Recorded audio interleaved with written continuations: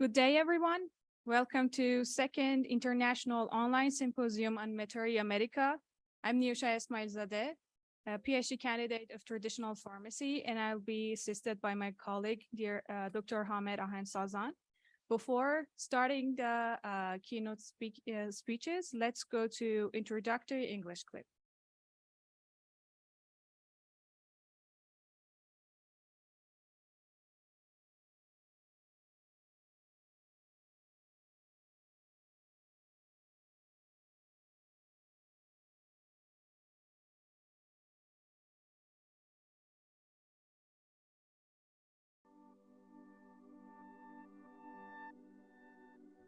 School of Persian Medicine at Tehran University of Medical Sciences was established in 2007 as the first faculty of Persian medicine in Iran.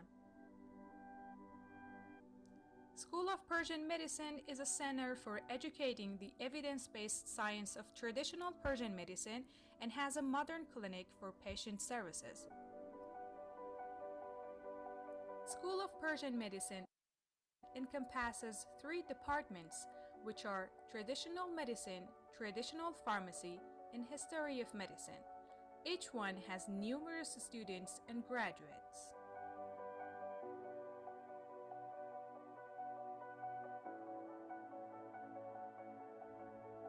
As a School of Persian Medicine, we provide modern laboratory for production and quality assurance of traditional and herbal products.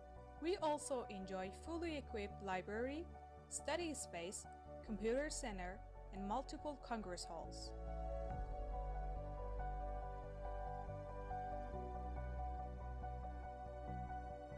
At the School of Persian Medicine, medical services are provided through two clinics.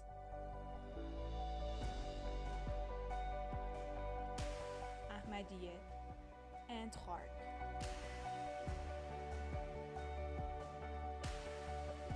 These two teaching clinics are not only affordable for the general public, but also create an opportunity for medical students to give health services under the supervision of faculty members.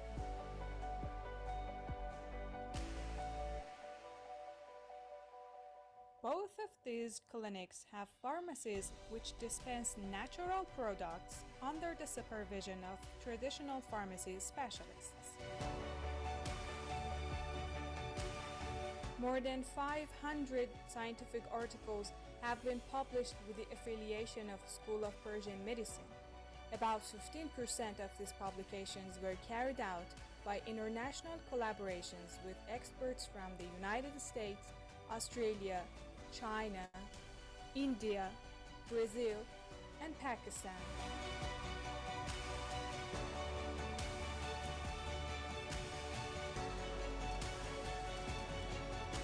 We have published numerous scientific books, both in Farsi and English. Elsevier, Springer, and Bentham are among the publishers.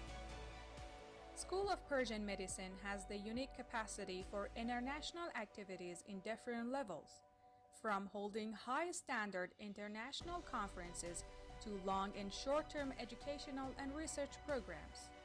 It has also the capacity to accept full-time international students in all three departments.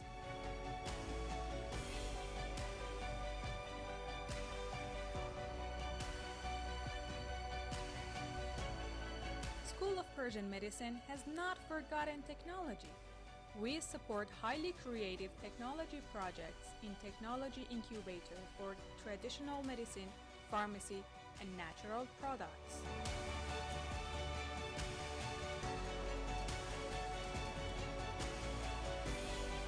Traditional and Integrative Medicine is our peer-reviewed Scopus Index journal, which publishes high-quality scientific articles on traditional, complementary, and integrative medicine.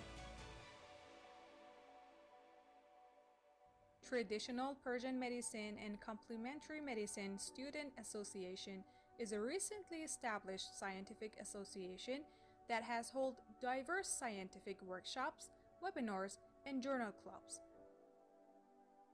We are awaiting all those students around the globe to join us in this association. School of Persian Medicine, a path from ancient treasure to the future of science.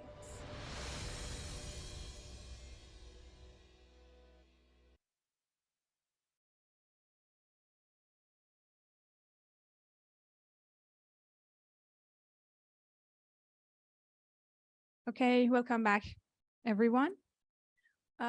We're going to officially start the webinar, which will be the focus of the current webinar will be on Damask rose, and we have speakers from Iran, Turkey, Thailand, and India. Also, participants from all around the world are welcome in this webinar. Now, I want to turn to Dr. Rudabe Bahram Soltani, Assistant Professor of Traditional Pharmacy in the School of Persian Medicine, which is also the respected chair of the Symposium series. Dr. Bahram Soltani, the floor is yours.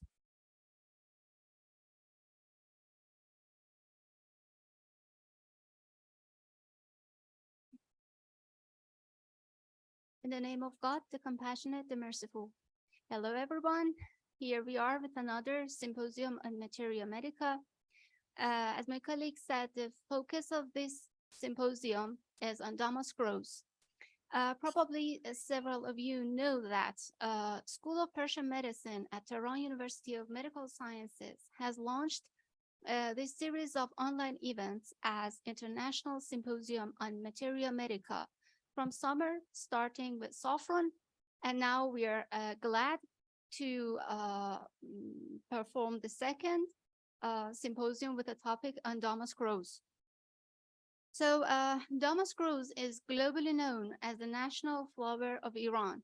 And Iran is one of the largest producers of damask rose and its products like rose oil and rose water.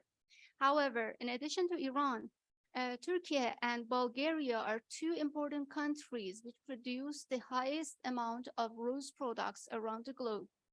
And we are happy to have speakers, three esteemed speakers from Turkey in today's symposium, the city of Sparta, city of roses, and also from India and Thailand, who are kindly accepted our invitation to explain and describe their knowledge and experience regarding the use of these valuable medicinal plants in their traditional medical system. So our today's symposium consists of 3 sessions. In the first session, we take a look at the applications of damask rose in different traditional medical systems. In the second session, we will share some original investigations on the use of damask rose for therapeutic purposes in clinical and preclinical studies. And in the third session, those dear participants whose abstracts are accepted for oral presentations will present their work with us. So let's start with our first keynote speaker, Dr. Dolaporn from Maidol University. I am pleased to inform you that in the past months, School of Persian Medicine and Faculty of Medicine Siraj Hospital in Maidol University has signed a memorandum of understanding. And in line with this MOU, today we are glad to have Dr. Dolaporn Mametong, Doctor of Traditional Applied Thai Traditional Medicine and Instructor of Thai Traditional Pharmacy from Maidol University. So, dear Dr. Dolaporn, it's great to meet you today, and the floor is yours. Thank you. Okay, good morning, everyone.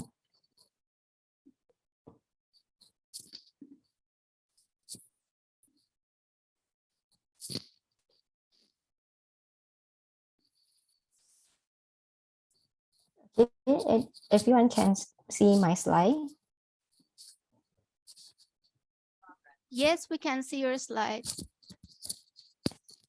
Okay. Good morning, everyone.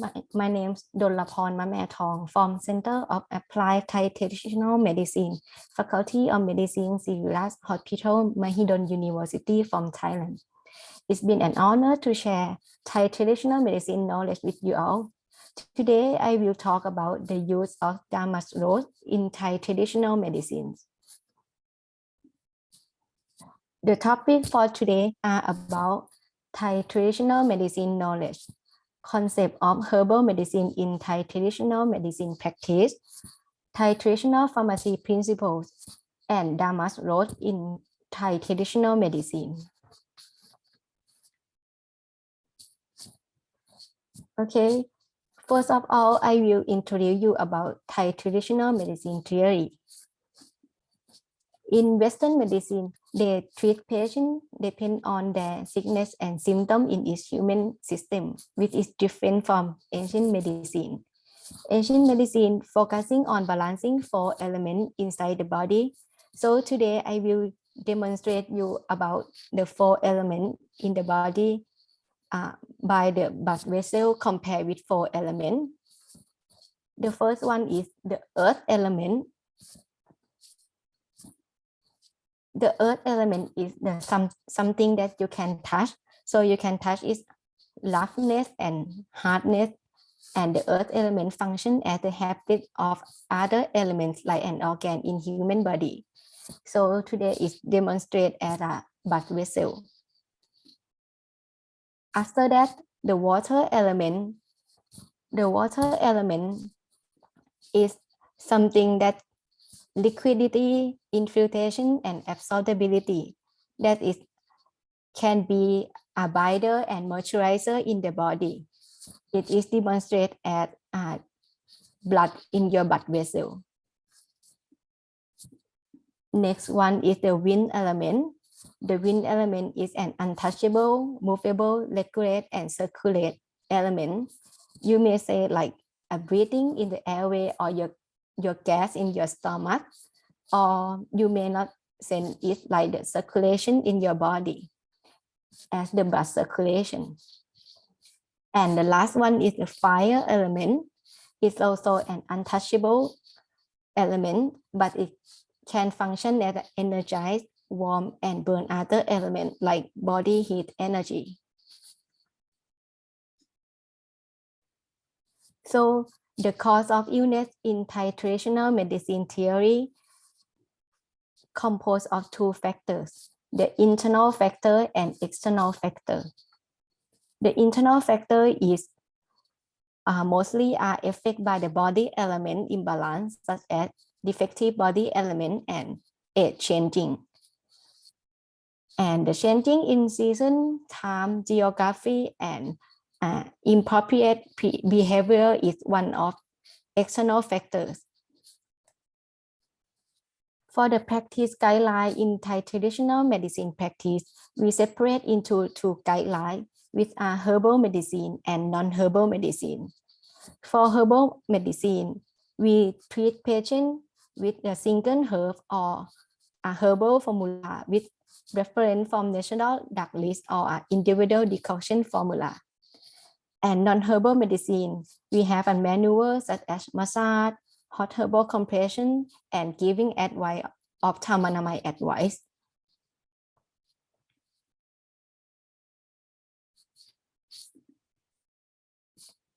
Then, so the concept of herbal medicine in traditional medicine practice, nowadays we still use followed by Thai traditional knowledge, which we consider about imbalance of the element in the body with the Thai traditional pharmacy, such as 9 medicinal tests flowing to the pharmacological effects.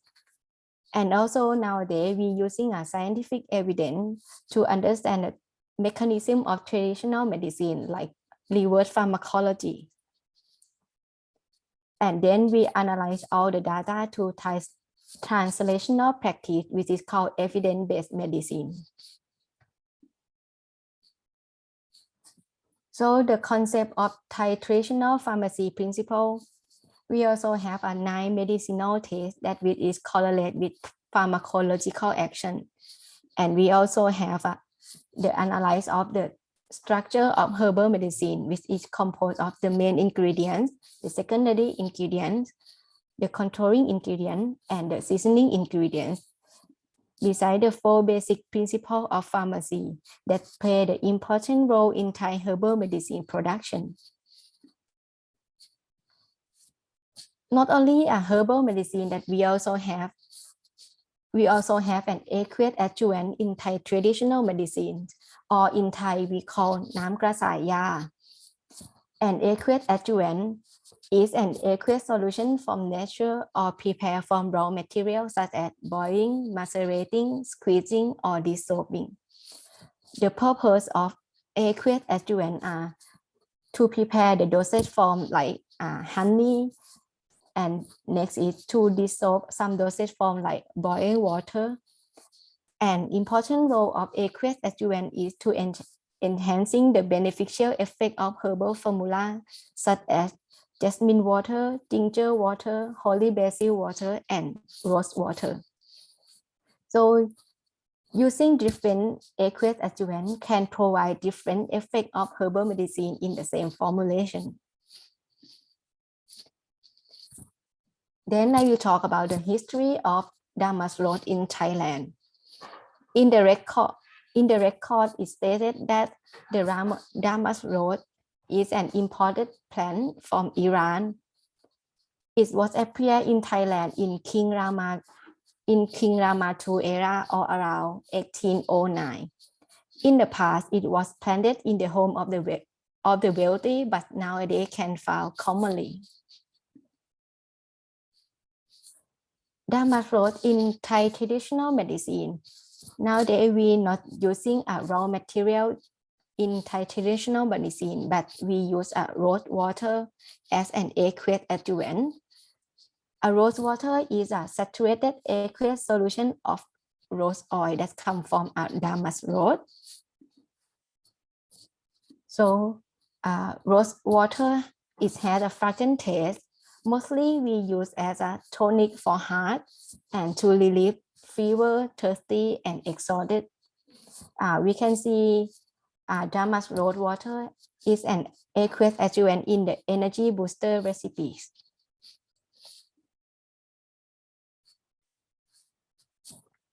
About the herbal medicine in Thai traditional medicine, nowadays we can separate into two types. First is from Thai scripture, and second is from Thailand National Drug List, which is classified herbal medicine into 15 syndromes. In the Thai scripture, we found 17 remedies from 5 Thai scripture that use Damask rose water as an aqueous adjuvant.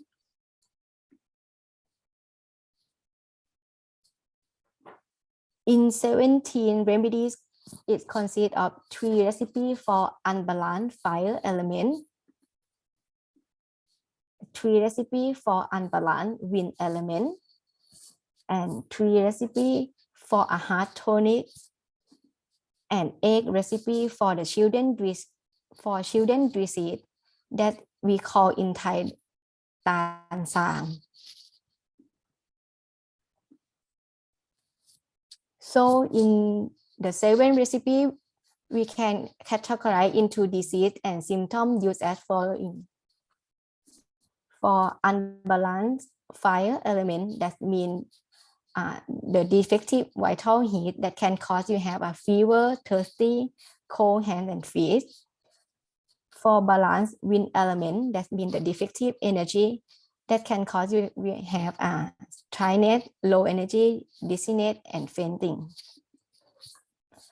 For Hatayang Pikan, that it means defective heart. So you may have an extreme mood change of high and low, excessive anger, tiredness, and low energy. And the last one is for the treatment in the children disease that we call in Thai that called Tan Sang. The children will have a blister or sore on their tongue and throat, or have a white patch on their tongue. They may have a loss of appetite and have a fever.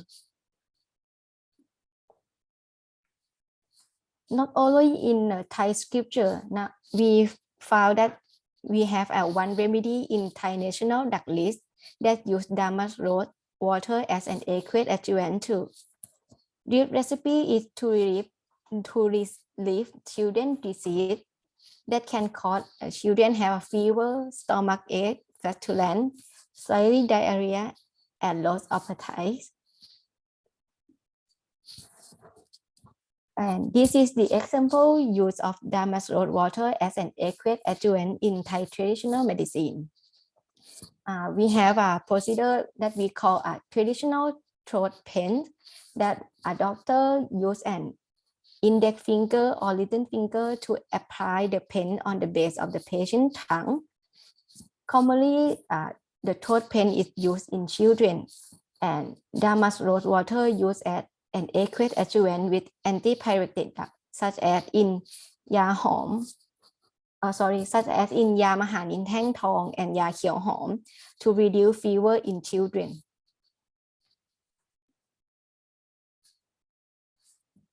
And this is the example of the relationship between damask rose water with the 4 elements in children with fever. When they have a fever, it starts with increase of fire element in their body, and then it affect to the wind element and water element, so they may have a lost appetite, tiredness, dizziness, and when the 3 element is imbalanced, it can affect the earth element, which is the habitat of another element that can cause a mood change or a blister or sore on their tongue and throat. And the damask rose in 9 medicinal taste, it has a fragrant taste, so it can soothing the fire element and smoothing the wind element. So we use as a tonic for heart, relieving dizziness, fainting, headache, and thirsty. So we can prescribe the damask rose water as an aqueous adjuvant to reduce fever for decrease the fire element in the body. And as I mentioned before that we use a scientific evidence or evidence-based medicine to understand the mechanism of traditional medicine. So we classify the type of evidence into 5 levels of evidence and also categorize the grade of recommendation too. In the damask rose and Thai property, we found that damask rose has investigated in many fields related to Thai traditional property as using for reduce anxiety or improve sleep quality that is related with for a heart tonic or used in the children symptom that can relieve the sore on their tongue or their throat. So for the summary of the use of damask rose in Thai traditional medicine, we are not using the damask rose as a single herb in Thai traditional medicine. We using a rose water as an aqueous adjuvant to reduce the fever in antipyretic drug,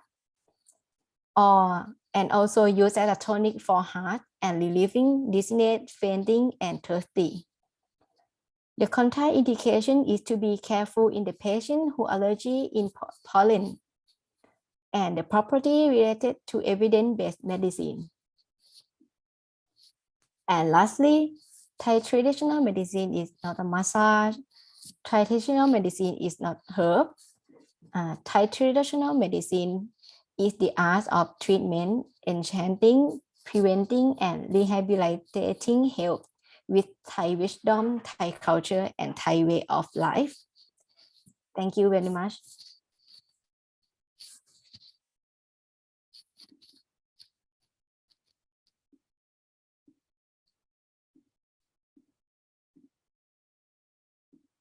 So thank you very much, dear Dr. Dolaporn. It was really interesting to listen to your lecture and the applications of Damask rose in Thai traditional medicine. Some indications are too similar to what we use in Persian medicine, like as a tonic for heart. It is exactly used for the same purpose in Persian medicine. And I would like to invite dear participants to write down their questions from Dr. Dolaporn. If they have any question, please write it down in the chat box. And I was wondering, you showed in one of your slides the pathway of importing damask rose from Iran to your country. I was wondering if now in these days, is it, I mean, have anybody in Thailand tried to cultivate damask rose in Thailand? Is it currently grown or it is still imported? Actually, we can grow the damask rose in Thailand too, but for the making damask rose oil or damask rose water is import, because they grow it for to make a herbal tea for another, like to send to spa or some kind of cosmetic, not for using as aqueous adjuvant. So the damask rose water that we use in Thai traditional medicine, we must import nowadays. Okay. And have you compared the maybe composition or the activities of those grown in your country compared to those imported from Iran or maybe other countries? No comparisons? Nowadays, don't comparison about it. So might be a good topic Yeah. for a new research, maybe a mutual research between our universities. Yes. Compare the different preparatives of damask rose grown in different areas. So just let me check if there's any question in the chat box from you. So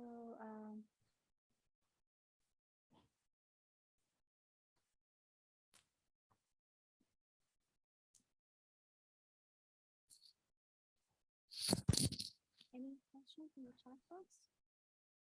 Okay, I do not see any question here. Dear participants, please write down your questions if you have any.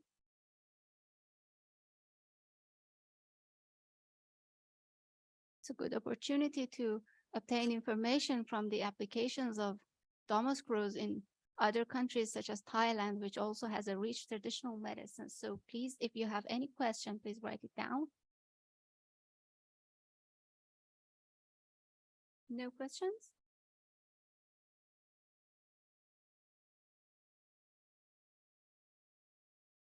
So thank you very much, dear Dr. Delaporte, one more time, and say my hello to all your dear colleagues in the Center of Applied Thai Traditional Medicine. It was really nice to have you, and we really enjoyed your informative lecture. So as the next speaker, we were supposed to have Dr. Tariq Ahmad Butt from CCRUM of India, but unfortunately he was not able to deliver his lecture on his own. We are actually glad to have dear Dr.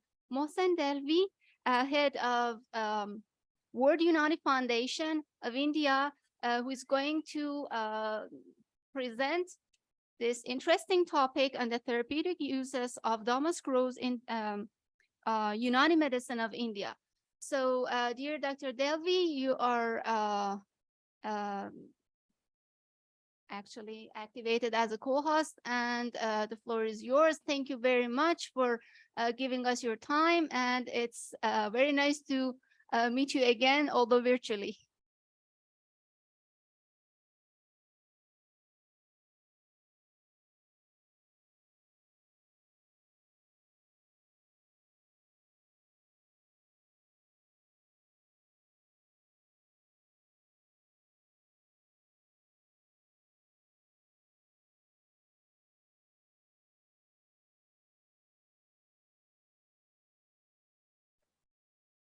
Just give me a minute.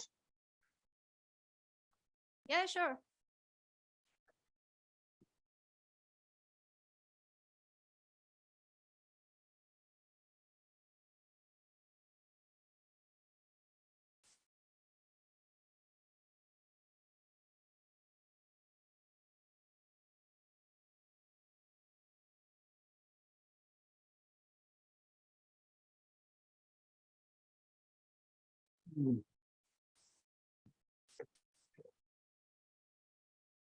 Okay. Can you see my screen? Yes, we have your voice and slides both are okay. Thank you. Right. Thank you very much for inviting me. I am speaking on behalf of Tariq Ahmed Bhatt, who, due to some personal issues, could not present this. Basically, I'm going to talk about Damask rose, which we call Gule Surkh in Unani and Rosa damascena in Latin. Unani medicine, as I think most of us know, is a traditional system of healing and health maintenance observed currently in many parts of Asia. The origins of Unani medicine is found in the doctrines of the ancient Greek physician Hippocrates, which who we call as Bukarat in Arabic, Galen, uh, again we call him as Galenus. As a field, it was later developed and refined through systematic experimentation by Muslim scholars, particularly by Avicenna. Again, we call him as Ibn Sina in Arabic and Razi's Al-Razi in Arabic. With additional contributions of medical wisdom from other parts of the Middle East and South Asia, Unani medicine came to be also known as Arabic or Islamic medicine, Persian medicine in Iran. It is also known as Unani Tib, Tibbe Unani, Eastern system of medicine, Yughur system of medicine. It has different nomenclature in different parts of the world. According to Unani system of medicine, 7 natural factors, that is arkan, which is elements, mizaj, temperament, akhlaq, humors, aza, that's the organs, arwa, yuma, huwa, faculties, and apal, the functions, make the totality of human being. The imbalance in temperament and humors and disorganization and discontinuity of structure leads to the development of disease. The initial approach to treatment in the Unani system of medicine is the establishment of a regimen to normalize and balance the external factors, that is, the air, water, and food involved in ailments and diseases. If this proves adequate, then other means such as treatment with natural medicines may be recommended. Our Unani pharmacopoeia is very vast, enriched with more than 2,000 medicines derived from herbal, mineral, and animal sources. A large number of herbal drugs are used mainly in combination or as a single herb in Unani system of medicine. Rosa damascena is perennial deciduous shrub growing up to 6 feet or more and belongs to family Rosaceae. In the Unani system of medicine, it is called Gulesuk and described as a flower of a famous plant called as damask rose. The flower has a good odor, slightly bitter when fresh. Flower is red or sometimes pink in color.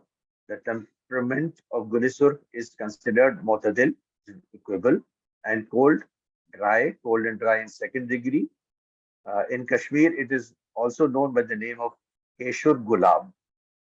There also it is used either singly or in combination with other herbs to treat various ailments. Afal, that is the pharmacological action of Gulisur. Mubarrid, which is refrigerant. Khafif Mulayyan, that's mild laxative. Mukawwi Ba, that's aphrodisiac. Dafe Humma, antipyretic. Mukawwi Kalb, cardiotonic. Kabid, astringent. Mukawwi Meda, stomachic. Mukawwi Jigar, liver tonic. Muhallale Worm, anti-inflammatory. Kafkan, palpitation. Mukawwi Rahm, uterine tonic. The parts used of the damask rose are the whole flower, the buds, petals and stamens, young flower stalks. This is local by the tribals of J&K, rose oil and rose water. This is one of the few photographs of damask rose.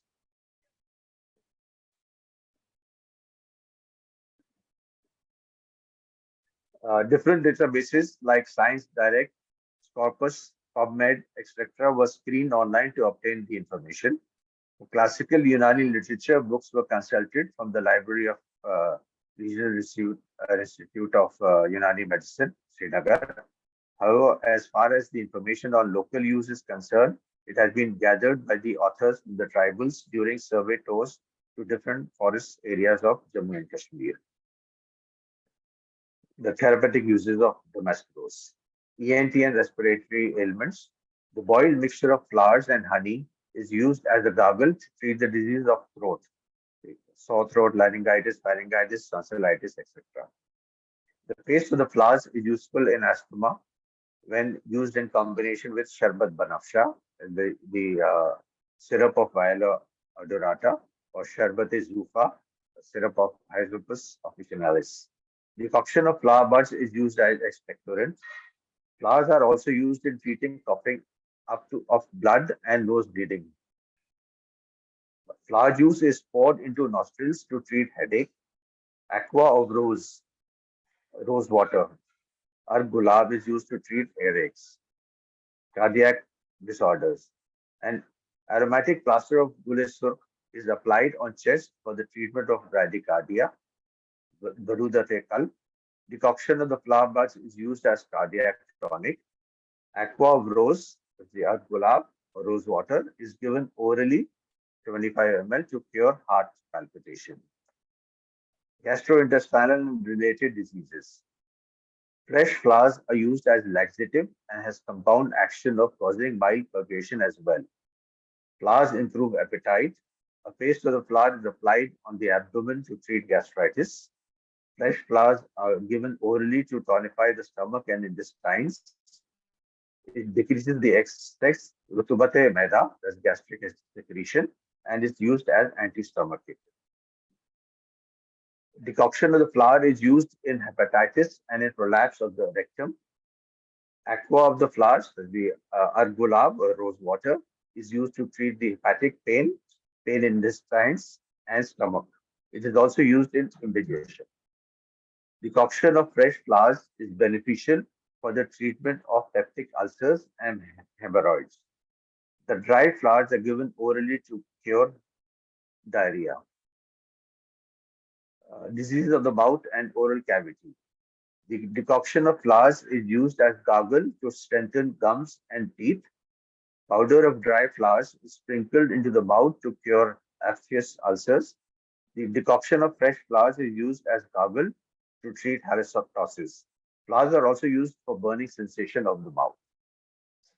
As a nerve tonic. The paste made from fresh flowers is used orally as nerve tonic. Skin disorders and maintenance of skin health. We all know that gulab or gulisur or damask rose is used as a beauty product. Paste of fresh flowers is applied locally on the affected parts to remove warts and to cure boils. Aqua of rose is recognized treatment for skin irritation. Dry powder of flowers is applied on ulcers and wounds for quick healing. Decoction of flowers is used in early healing and removal of scars due to measles. The powder of dried flowers is applied on body for fragrance. Rose oil and rose water are used as deodorants to stop excessive perspiration. Sorry. They are also used on face to shed dead tissues and tonify the skin. Gynecological and related disorders. In addition to strengthening the uterus, rosebud paste and decoction used as a sitz bath is effective for the treatment of leukorrhea.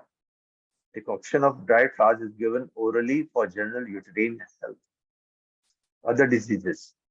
Paste of flowers is applied on affected parts to reduce inflammation. Gulkand and aqua of rose has antiseptic and anti-inflammatory properties. Fruits and salmons are used as astringent. The dried flowers are also used to cure headaches. Decoction of fresh flowers is used as sitz bath to heal anal ulcers. The aqua of rose mixed with jaggery is used to treat rheumatic fevers. The decoction of young flower stalks is taken orally by some tribals here in Jammu and Kashmir as tonic and for general well-being. Conclusion. Rosa damascena is one of the important plants in Rosacea family. The flowers have been used in medicine as well in cosmetics since time immemorial. In Unani medicine, I think being a manufacturer, I think we use this in about 70 formulations of Unani. maybe in some majuns or jabarish and amiras. Basically, as their tonics, so they used most of the Unani medicine.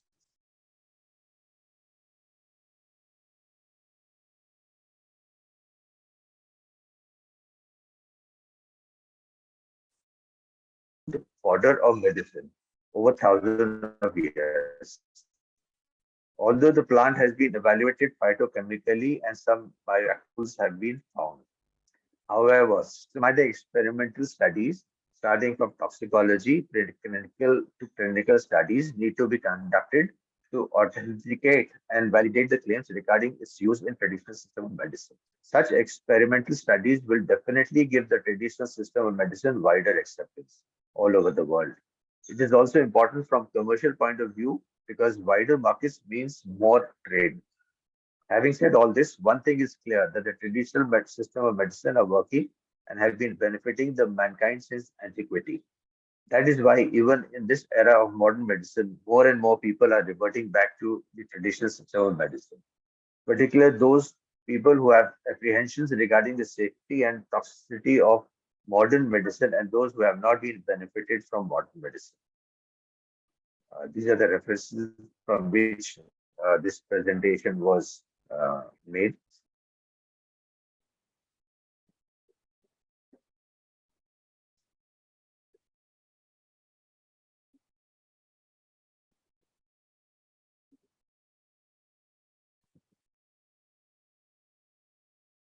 Thank you.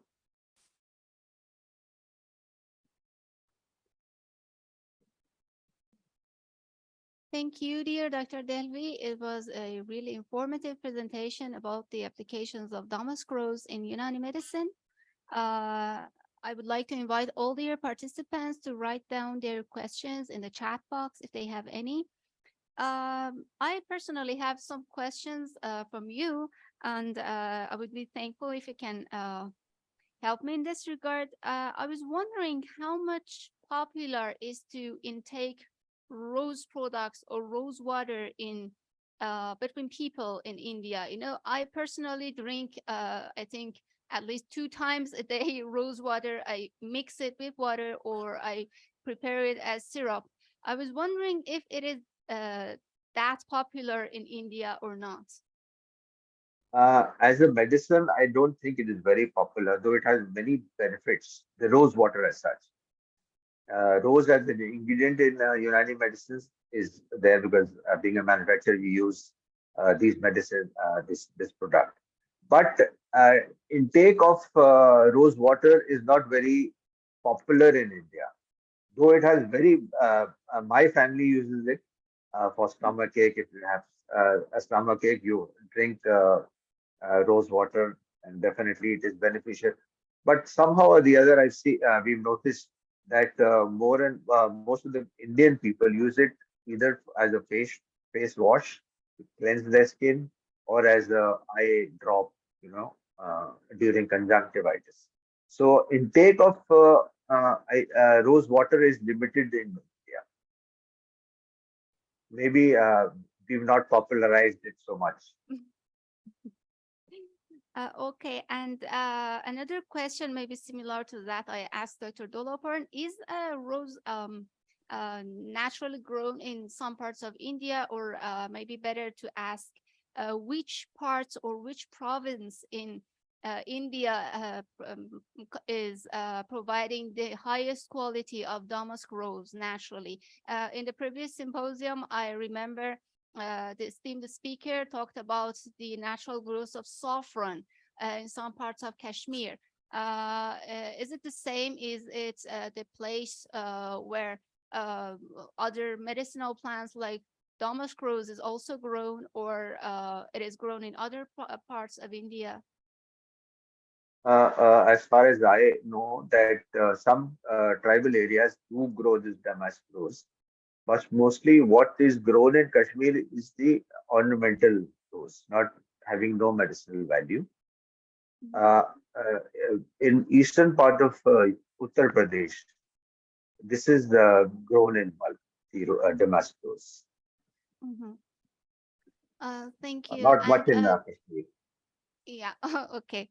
And just one more question, maybe not directly related to Damask Rose, but because you're connecting from India, I think this might be a question of many of our participants.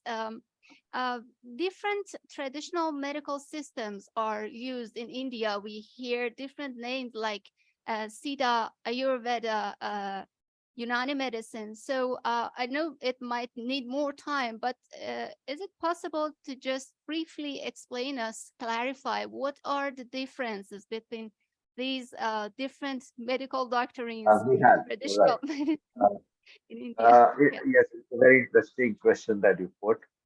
Uh, uh, we have a Ministry of Ayush. Yeah. It was an acronym first. Now it is a name now. Ayush, A is for Ayurveda, Y is for Yoga, U is for Unani, S for Siddha, and H for homeopathy. Now they've added Roha Sikpa, which is a Tibetan system of medicine, and naturopathy also in this. So that is why the Ayush acronym has been changed to a name, Ayush. The basic difference is, I think, the nomenclature. The systems, the theories, or basic theories may be slightly different. We have four humors. The Ayurveda has three humors. I'm not very well about the Siddha system because it is down south, limited to the southern part of India. Uh, as far as I know, the 90% of the herbs used in Ayurveda, Siddha, or Unani are common, except for the nomenclature. Like in saffron, Unani we call it as saffron.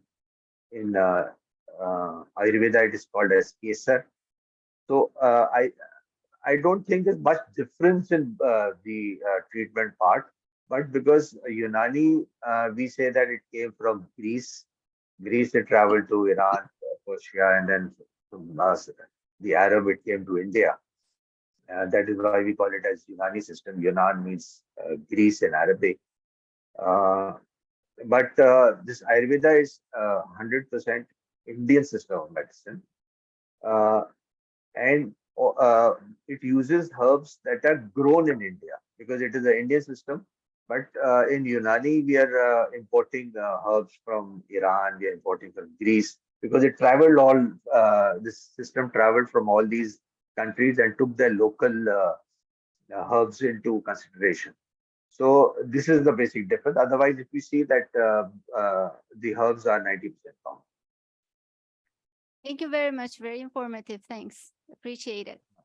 So as I do not see any question in chat box, I would like to appreciate dear Dr. Delvi one more time and continue the program with the next speaker, Dr. Mehrdad Karimi, PhD and Associate Professor of Traditional Persian Medicine from School of Persian Medicine and Vice Dean of Research at our school, Tehran University of Medical Sciences, who's going to talk about the applications of Damask Rose in traditional Persian medicine. Dear Dr. Karimi, we're really happy to have you here today. I know that you're too busy and it's very kind of you to accept our invitation to share your knowledge and experience about Damask Rose in Persian medicine. The platform is yours. Thank you. Are you hear my sound? Are you hear my sound? Yes, we hear. Yes, yes. Hello to all my colleagues. I can say good morning to all of you. Good afternoon to colleagues from Thailand and India. Good morning to Iranian and Turkish friends. Please. Shall we share your Please. slides? Yes, yes.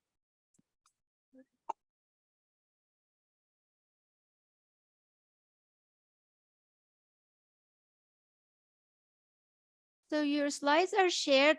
Just when you want to switch to the next slide, just say next slide and we will change your slide, okay? Yes. Thank you very much.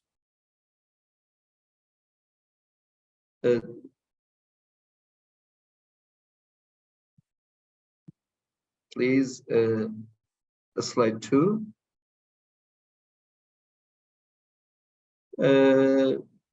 And slide 3, Slide 3.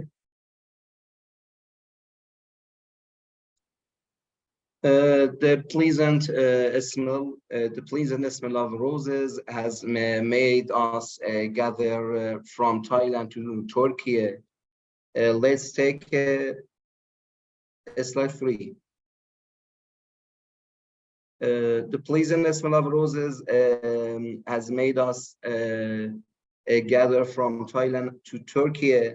Let's take a look at the rose, a plant that has both beauty and good smell, eye-catching and fragrant.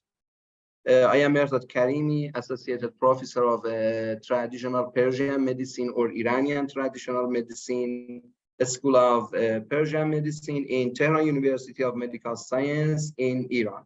I am very happy to be at your second international symposium on Materia Medica. And today I will speak very briefly about rose in Persian medicine.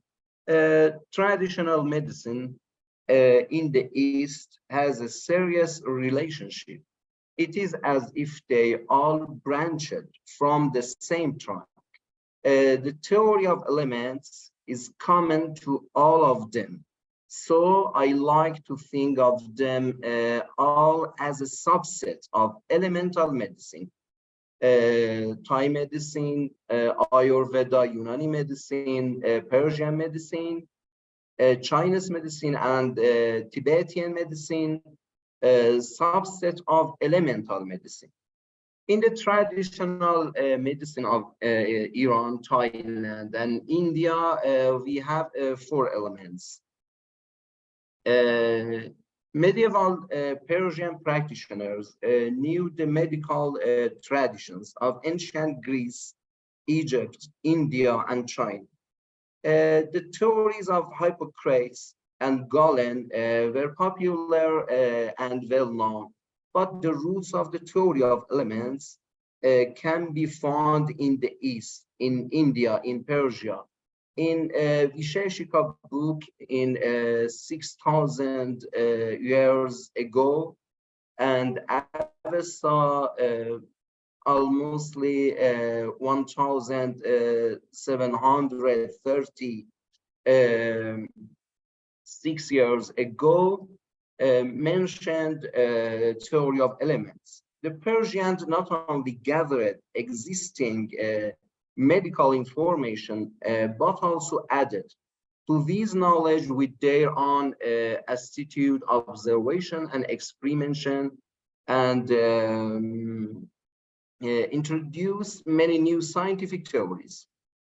During the Renaissance, Persian medical theories and knowledge were brought to the West, where they had an influence on the contemporary medicine, in conventional medicine. This influence is still felt today. The most influential Persian physicians were Abu Bakr Muhammad ibn Zakaria Razi, Ali ibn Abbas Majusi or Ahwazi, and Avicenna, Abu Ali Hussein ibn Abdullah ibn Sina. The text Qanun Fete, or the Canon by Avicenna, and Razi's book Kitabul Havi Fete, Continence, and Kitabul Maliki, Liber Regius by Hali Abbas were central to Western medical sciences from the 13th to the 18th centuries. Lecturers about Avicenna were given at the University of Brussels until 1909. Please.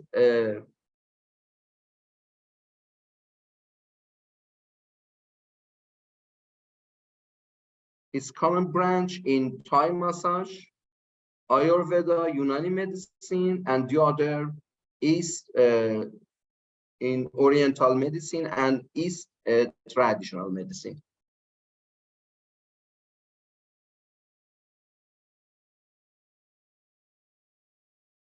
Damask rose in Iran is not only used in the treatment, but also is a cultural phenomenon. In Iran, Damask rose flower named, known, and eminent to Muhammadi flower or Damask rose has a serious presence in Iranian culture. We believe medicine, literature, and religion are among the most important forms of culture and civilization of all of countries is very important. Please, other. In Iran, Abul Qasim Ferdowsi Tusi, also Ferdowsi, was a Persian poet and the author of Shahnameh, Book of Kings, which is one of the world's longest epic poems created by a single poet, and the greatest epic of Persian-speaking countries.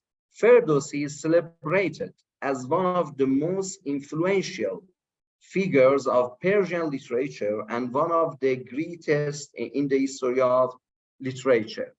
In Shahnameh, Ferdowsi mentions a device called Toranj or bergamot, a synthetic device, in which rose water and musk were poured, and it was used to calm and eliminate bad odors.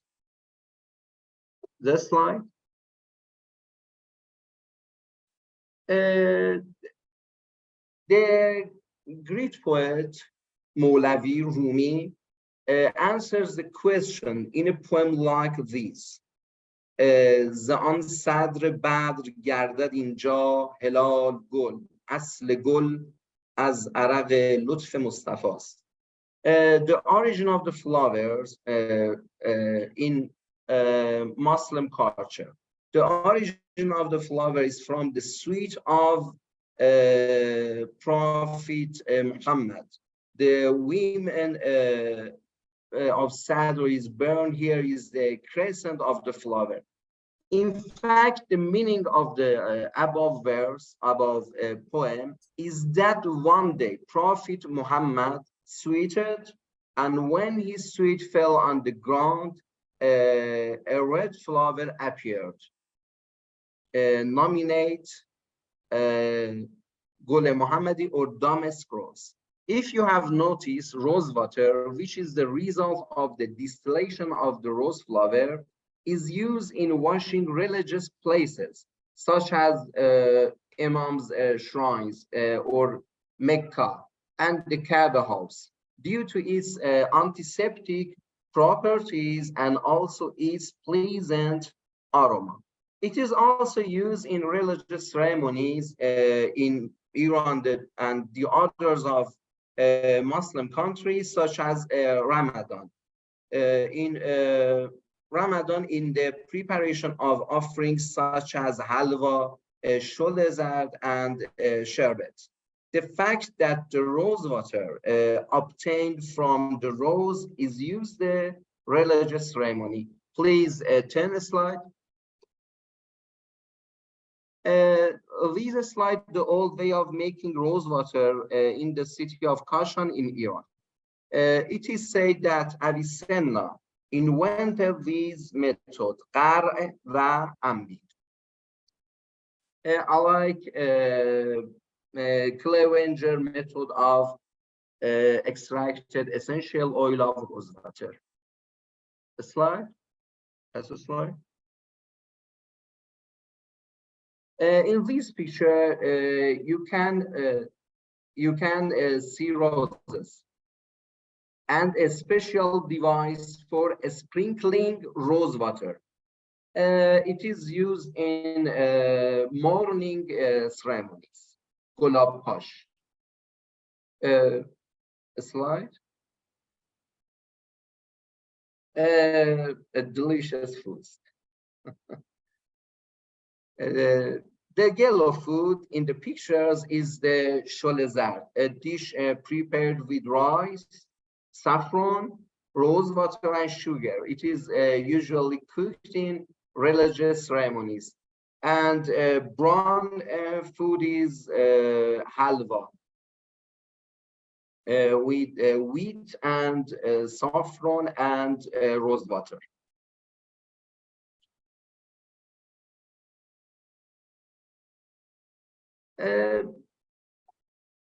I mentioned rose, damask rose is very important in Persian medicine texts.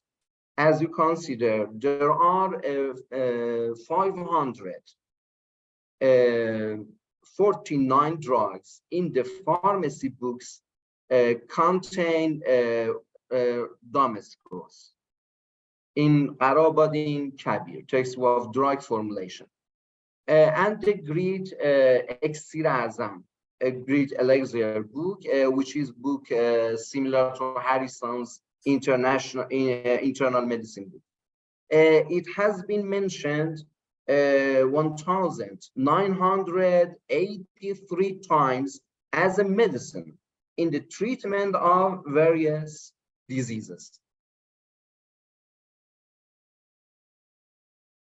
The overall temperament of a rose is cold and dry, but its seeds are hot and dry. It is better to consider these plants as an inducing compound. It is one of the most famous plants that affects mood and emotions, and we use it as a bile and thin flag remover. In Persian medicine, mentioned all of damask rose is multi-potential herb. مركب القوة. Slide. Change the slide. The combination of flower oil, vinegar, and rose water in the treatment of headache and excessive sleep. Topically, it is used topically and via aromatically, lakhlakhe. Rose water is effective for washing conjunctivitis, and I also use rose water along with Cassia fistula to treat pemphigus ones or thrush, aphthous, and any ulcer in mouths. My experience in rose water with Cassia fistula is very effective in pemphigus ones in mouths. One of the most widely used drugs in cardiac drugs is damask rose, along with flower pollen. My experience, along with flower pollen in heart failure and weakness, rose water with pollen, especially date pollen, and together with nasturtium flower, it has a very good effect on arrhythmia. I have experienced a very good effect in hot arrhythmia with Bahar knowledge. Change the slide.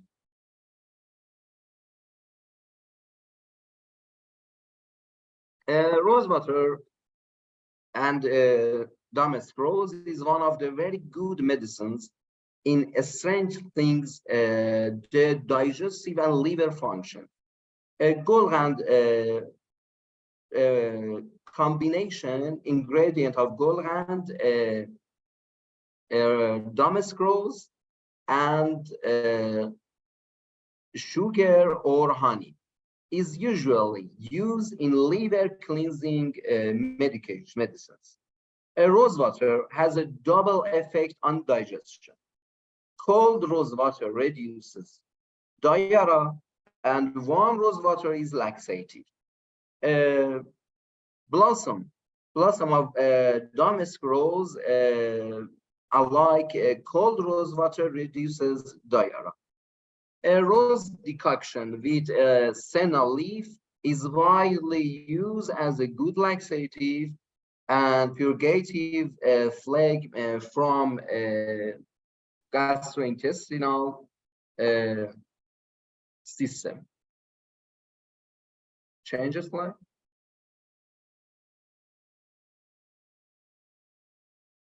Polar extracts or aqueous extracts or tabic decoction of Damask rose have a very good effect in the treatment of female genitalia tract infection, invaginitis, or the other of infection in region.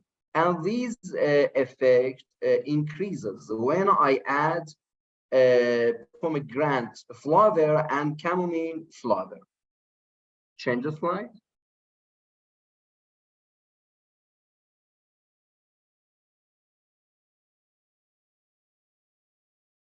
It is eminent, famous mufrad or herb in skin disease, Damask rose.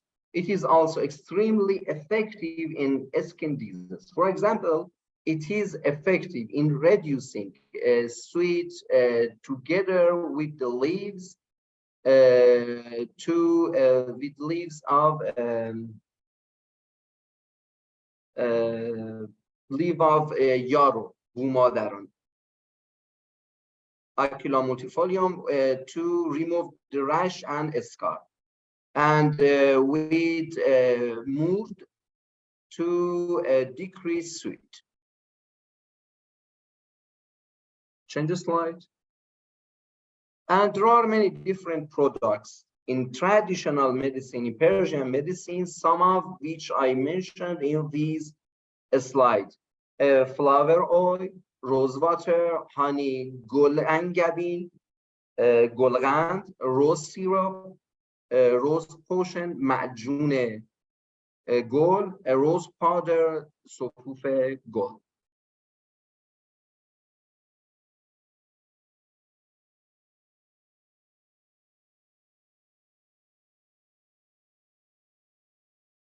And my beautiful country. Combination in Sahara, desert, in Pasargad, Persepolis, mountain, and garden.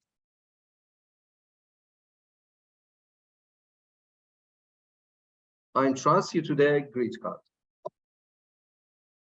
Thank you very much, dear Dr. Karimi. Really interesting topic, especially that part you counted the number of rose formulations, polyherbal formulations containing rose. You mentioned 549 formulations contain rose, and it was really interesting. I wanted to ask a question, but actually you answered my question in advance. I wanted to ask that it is written in the textbooks that, and also based on the experience of people, rose can have both be useful for diarrhea and for constipation. And you explained this in advance that warm rose water can have laxative effects, Yes. and cold rose water because of مرکب القوا, multipotential of temperament of Damask rose. Yes, it shows the importance of the method of administration. I want to use your points to emphasize on the importance of method of administration, and maybe I want to emphasize on my own role as a pharmacist, because I'm a pharmacist, and my colleagues in the field of pharmacy. It shows the importance role of pharmacists in the natural pharmacists to explain the patients exactly how they should take the medicine that are prescribed by the physician. And one more question. I remember that in Mahsan al-Adwiya, which is one of our traditional textbooks on Materia Medica, it is said that in some cases, Thank you. smelling rose may cause sneezing. Is it a kind of allergies or something else? How have you seen? Of course, you've seen Yes. some Similarly, patients who cause sneezing by rose, and how it can be managed. Yes, please.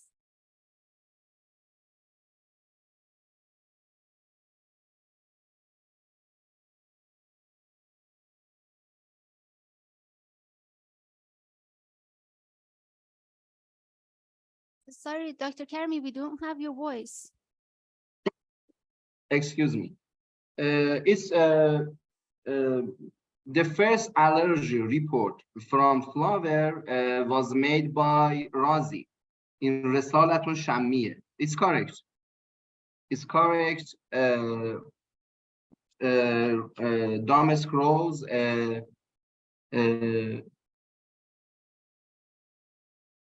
influence in allergy. Similar me. Okay. And one other question about aromatherapy of damask rose. You have mentioned that it is recommended as aromatherapy in Persian medicine with a formulation called lakhlakhe. As it is a kind of tonic for brain, can we have some kind of general recommendation for patients with Alzheimer's disease? I'm asking this because once someone asked this from me in the pharmacy. They had a patient with Alzheimer's disease, and they said, we want to perform some sort of aromatherapy for him. And can we splash rose essence or rose water so that he routinely smells rose? Do you think this can be something helpful for Yes, patients with Alzheimer's disease? aromatherapy is methods in Persian medicine. For example, I blended narcissus flower with lavender aroma and damask rose aroma to depression and anxiety. Excuse me.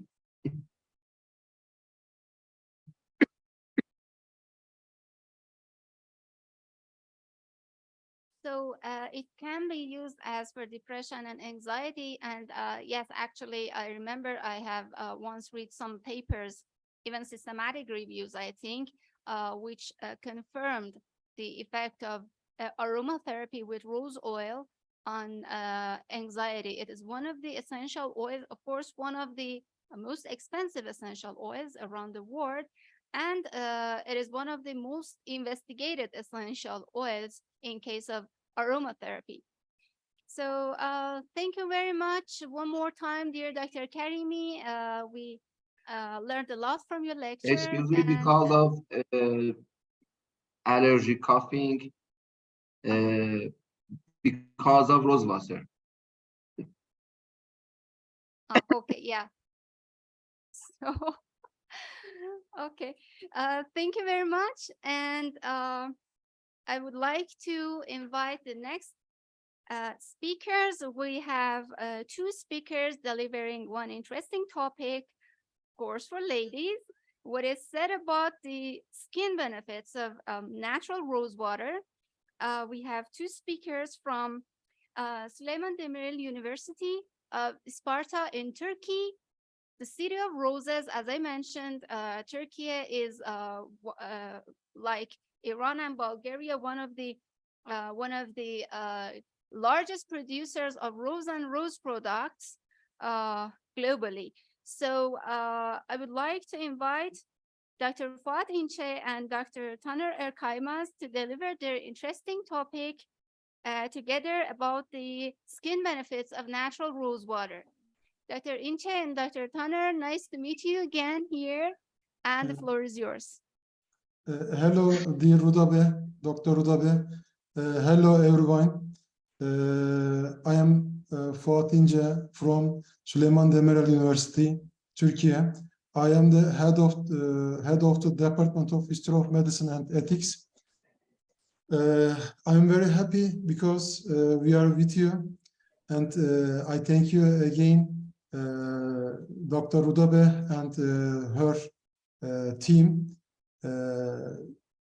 We are together again in this professional scientific event. Thank you everything. We have prepared some studies with my colleagues Taner Erkaymaz and Osman Bodur. And they are in Spain now. They are joining our scientific event from Barcelona. Hello, Taner. Thank you so much. Thank you so much, Master. I am here, and this area is very good now. This exhibition is interested in drugs and some clinical chemicals, and we should exhibit this exhibition, and so thank you so much, and our master and to Iranian hospitality, thank you so much. And I am starting our presentation now. Now I am in Barcelona, and Barcelona is very good city, just like Antalya or a little bit Istanbul. And thank you so much. Welcome, and I am starting. Sorry. Yeah.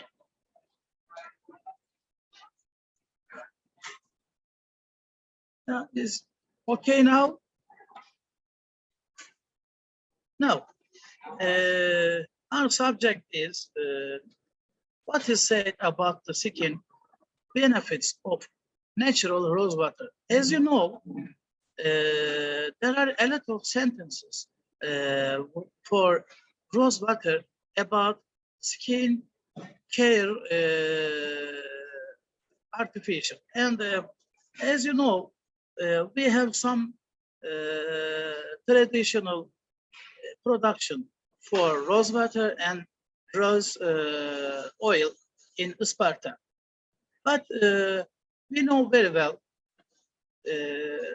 in the world there are a lot of people are using these rose water for skin care and a little bit for peeling activity. But I will explain this subject with these sentences. What is said about rose water, and the other one, what are the benefits of rose water for the skin, and academic evaluations and some studies, what is peeling and peeling effect of rose water.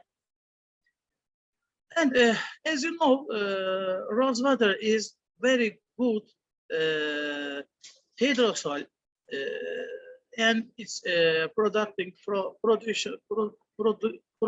from rose, and rose water obtained by distillating the petals of the rose is a hydrosol used in many fields such as cosmetics, foods, and pharmaceutical industries. Thanks to its pleasant smell and light structure, as well as the vitamins and antioxidants it contains. Now,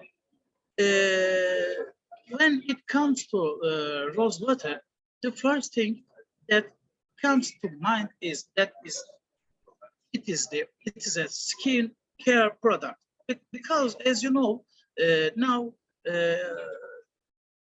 ladies are using these rose water for skin care activity. Now, but we know very well there are a lot of benefits for skin via rose water, but we know very well it can help relieve skin inflammation and pH value arrangement. And rose water is one of the best natural skin and hair conditioner. Also, as you know, it shoots the delicate skin around the eyes and keep poisoners at bay. We know very well there are many products made with roses, but one of the most popular is rose water, because rose water is now traditional and also very trademark for Turkey, for Isparta. But as you know, very good product for selling, for buying all the world. And for example, I may explain now. Rose water is expensive income from rose oil. Yeah, as you know, rose oil is very expensive. Yes, we know very well. But in Sparta or in all over the world, rose water incoming is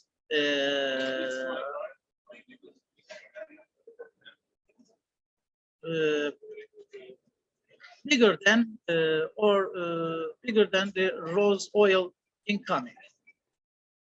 And we have some academic evaluations and some studies for rose water.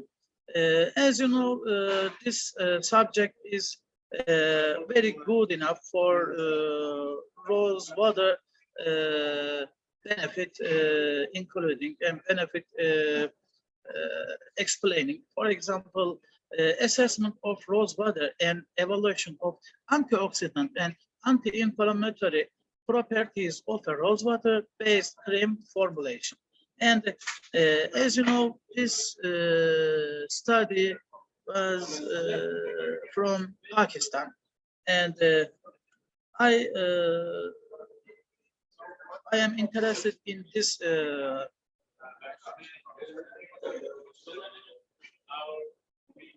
working. This study was wonderful. And the other one is the effectiveness of a standardized rose hip powder containing seeds and shells or rosa canina, or cell longevity, skin wrinkles, moisture, and elasticity. As you know, skin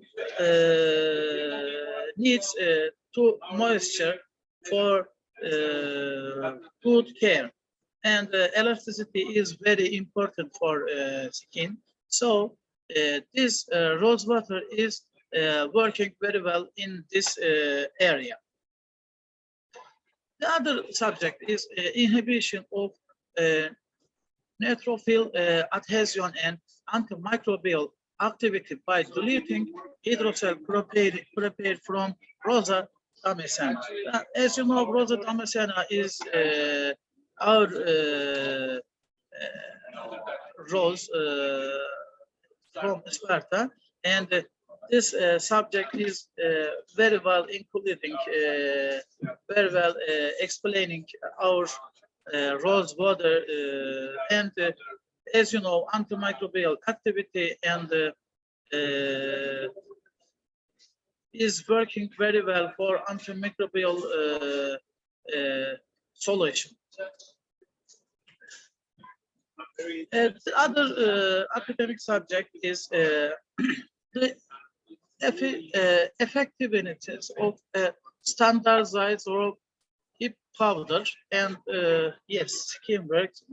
Yeah, this is the second. Yes, and a study of the relationships between Iranian people and Damask rose, Rosa damascena, and its therapeutic and healing properties. As you know, this study is from Iranian, and after that, but I would like to explain what is peeling. The secret to radiant and healthy skin lies in regular skin care with products suitable for the skin structure. The more well groomed and clean you keep your skin, the younger and healthier you can look. In the skin care products such as face wash gel and mask, as well as peeling types are generally used. The word peeling means stripping. Yes, the word peeling means stripping, is a little bit stripping to skin, and after that, its equivalent in the cosmetics industry is peeling and thinning the top layer of the skin and to renew it.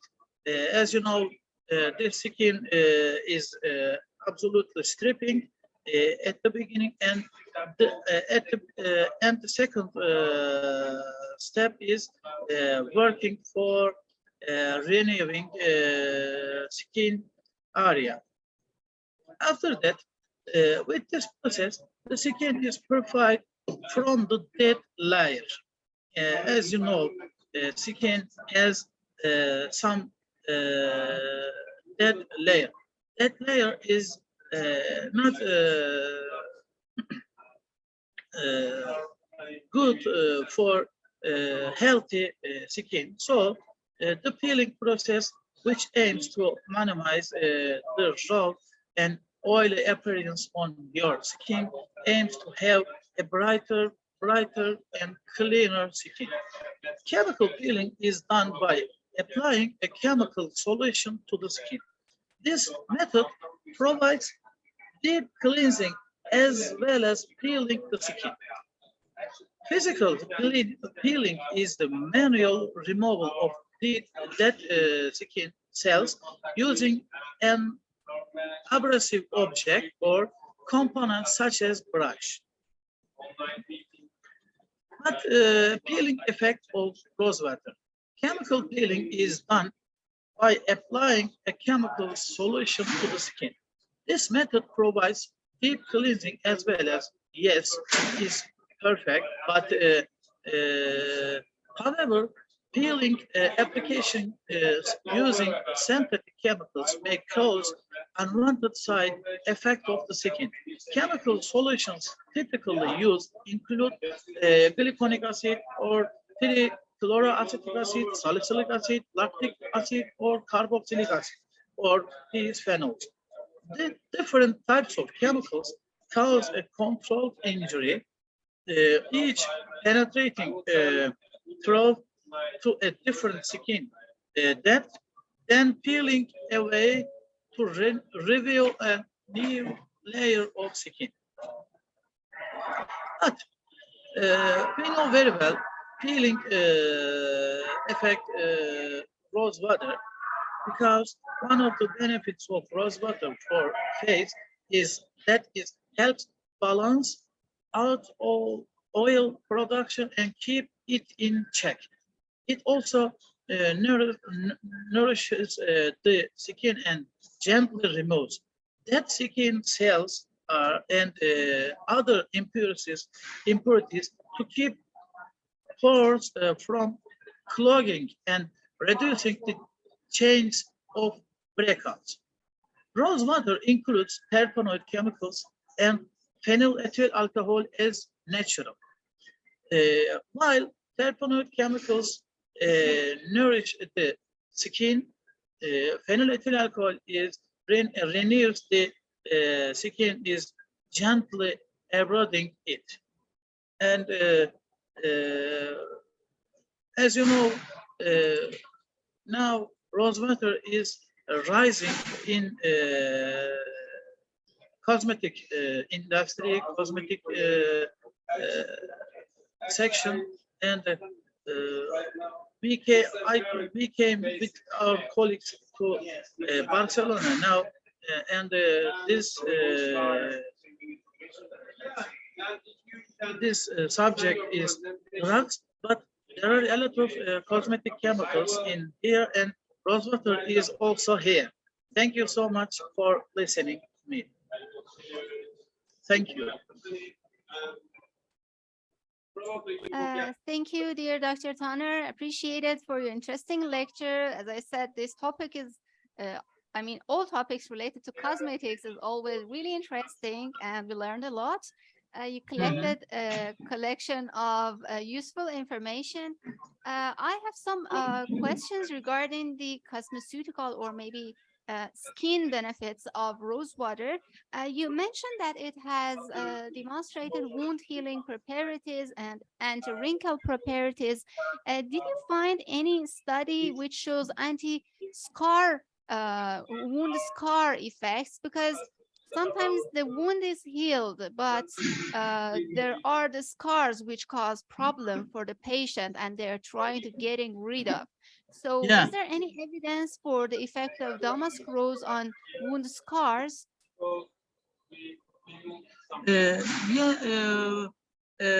Master, now Rosa Damascena water is very good enough for peeling, because there is no any pain in peeling. As you know, chemical peeling is painy a little bit, and corrosive chemicals. But in rose water is including very good chemicals, terpenoids. They are already skincare chemicals. But phenylethyl alcohol is very sensitive peeling chemical. This is very important, because it is not working very fastly, slowly, because this chemical is very sensitive for peeling or drilling in our skin. Yes. So thank you. There's a question from one of the dear audience here asking, how often should one use rose water for peeling? What is the recommended usage? I think she's asking with which interval, for example, once daily or twice daily, or what papers say about Yes, the peeling effects? I understand. I understand.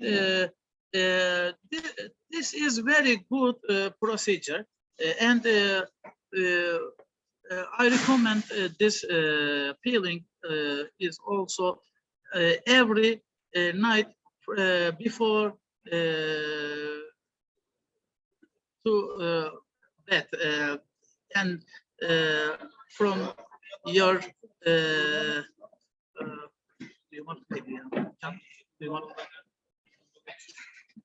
before sleeping.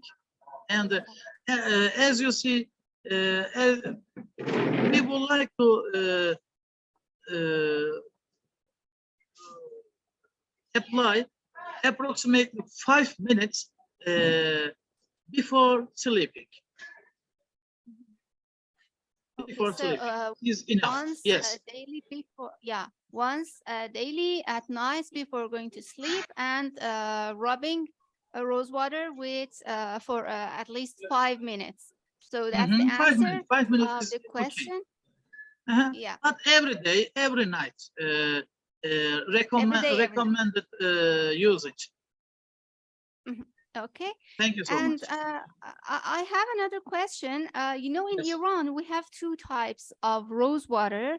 One maybe usual or simple rose water, and the other one is somehow double distilled rose water. It's like when you're mixing water with rose petals, it provides some rose water, and in next step, instead of adding water to the rose petals, we add rose water to the rose petals. So it increases the concentration of active components in rose water. It has a more potent aroma. Yeah. Yes. If you want to use for peeling, you should use the first distilled rose water, because the second one is the second distillation is going down our phenylethyl alcohol, because As you know, rose oil is keeping from rose water for with the second distillation procedure. So if you want to peeling, make a peeling, you should use natural first distillation production. Thank you very much Yeah, for your you're welcome. information. It was really useful. And we're going to have another lecture from Dr. Erkaymaz, which would be in our next session. So for now, I would like to appreciate all the keynote speakers of our first session. We will have a short rest for about 10 minutes, and then we start the second session with another 4 speakers just in 10 minutes. So all dear audience, see you again in 10 minutes.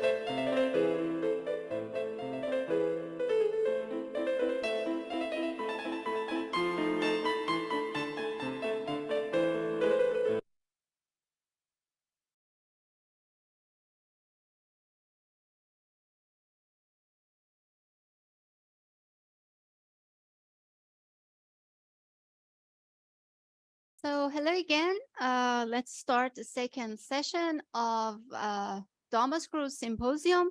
I would like to introduce my assistant, Dr. Nusha Ismailzadeh, PhD candidate of traditional pharmacy from School of Persian Medicine, as the moderator of the session B. Dr. Ismailzadeh, please.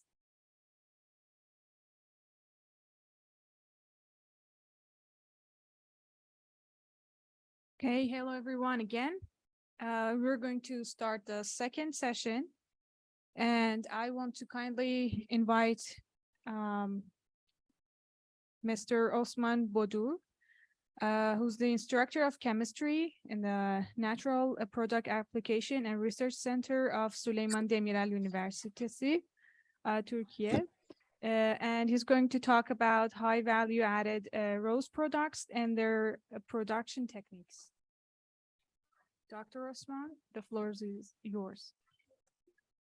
Hi, can you hear me? Yes. Very nice. Şöyle başlayalım. Hoş geldiniz.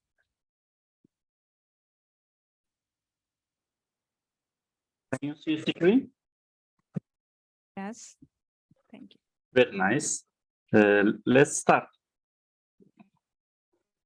Hello, I am Osman Bodur. I work as a head of sample acceptance and reporting at Süleyman Demirel University Natural Products Application and Research Center. Sorry, do you mind to put your slides on full screen mode? Şöyle yap. Thank you. Okay. Okay, now it's a lot better. Thank you. Okay. I would like to say that I am happy to be in a symposium with such valuable participants. I will try to give your information about high value added rose products and their production techniques. The topics are as follows: rose oil, rose yeast, rose water, rose concrete or solid rose oil, and rose absolute. Here is schematic representations of rose products. The products are obtained by two different methods. The first is water distillation, and the second is solvent extraction. Rose oil, rose yeast, rose water are water distillation products. Rose oil is also divided into two according to how it is obtained. These are first oil or flower oil and second oil or water oil. Rose concrete and rose absolute are solvent extraction products. Firstly, rose petals are treated with N-hexane. As a result of this process, rose concrete is obtained. Rose concrete is also called solid rose oil. Then the rose concrete is treated with ethanol and rose absolute is obtained. Let's talk about this topic briefly. Water distillation. Rose flowers are collected daily and rose oil, rose yeast, and rose water are distilled from the fresh flowers, collected using the water distillation technique. Water distillation can be carried out by two types, village type and factory type. Village type distillation method is generally done in copper stills, while factory type distillation method is done in copper or stainless steel boilers using water distillation technique. Approximately 20 kilograms of flowers are pressed onto the bodies of the copper stills from the neck, and approximately 60 kilograms of water is added to them. After the head part is placed on the body, the neck part is plastered with mud to prevent steam escape. The steel is boiled over wood fire. Essential oils which rise with water vapor during boiling condense in the duct heat-shaped head and begin to flow through the inner wall towards the tube part of the head. To ensure better condensation, the pipe is passed through a water barrier or water line, and the water of the barrier is kept constantly cold with the help of a flowing fountain. The distillation process is terminated when the 20 liters bottle placed at the end of the pipe is full. However, in this case, rose oil cannot be obtained. A total of 60 liters of oily water obtained in 30 cases is redistillated in the still, and rose oil, which is lighter than water, is taken from the bottle by injecting it from the top with an injector. The aromatic water accumulated under rose oil is considered rose water. Factory distillation consists of the following parts: condenser, boiler, glass bell, distillate tank, and Florentine vessel. Today, rose oil is obtained not in traditional village style still, but in distillation boiler fed by steam generators in modern essential oil factory. About 500 kilograms of fresh rose flowers are pressed into the distillation vessel, and 1,500 kilograms of water is added on top. The hot water vapor produced in the steam boiler is passed through serpentine pipes under the distillation boiler, and the water is boiled. The distillation process continues for about 19 minutes at 100 degrees Celsius and a vapor pressure of 1.5 bar. The essential oils separated from the flower petals by boiling drift towards the condenser, where they condense at about 35 degrees Celsius. The oil water is drained into the distillate tank located just below the condenser, from where it is transferred to the Florentine vessel. First oil or flower oil. A light green rose oil begins to collect it in the glass bellow Florentine vessel. The oil obtained from the first distillation in this way is called first oil or flower oil. The citronellol, geraniol, and nerol rations of the first oil are low. However, the rations of paraffin and stereoterpenes are higher. The proportion of total monoterpenes alcohols is about 10–12% in the first oil. Roses. In the Florentine container, which is obtained by mixed rose petals and water in the ration of 3:1. The soap oil water under the first oil is used as rose yeast. Rose yeast contains more oil than rose water. For rose yeast, some produced can also obtain it by mixed water in a 1:1 ratio instead of a 3:1 ratio. Some manufacturers even dilute rose yeast with Zamzam water to make it more useful.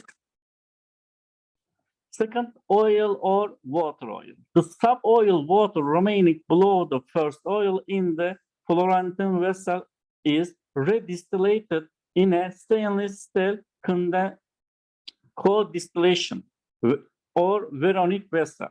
The oil obtained from the second distillation is called second oil or water oil.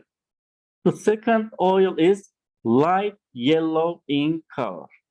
The citronellol, geraniol, and nerol rations of the second oil are high. However, the rations of paraffins and stereoterpenes are lower. The proportions of total monoterpenes alcohols is about 60–70% in the second oil. Rose water is aromatic water collected under the rose oil in a Florentine vessel at the end of second distillation of the rose oil.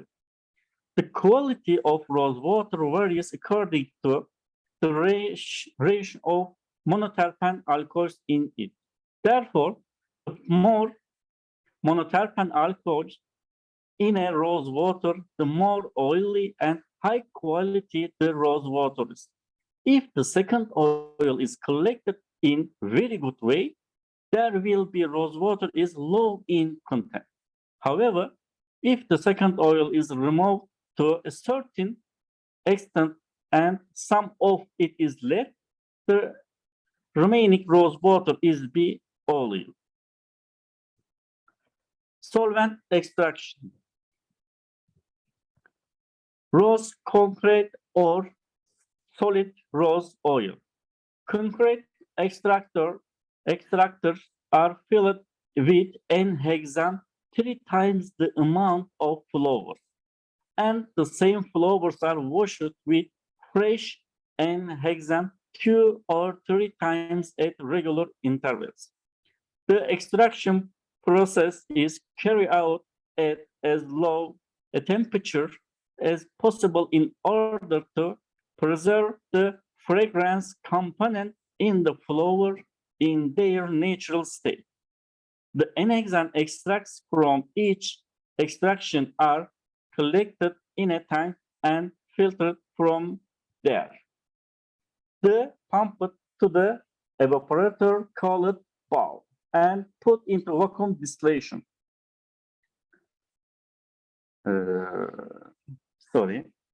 Here, all of the n-hexane is evaporated and pressed into a tank for reuse. A solid, color, and frank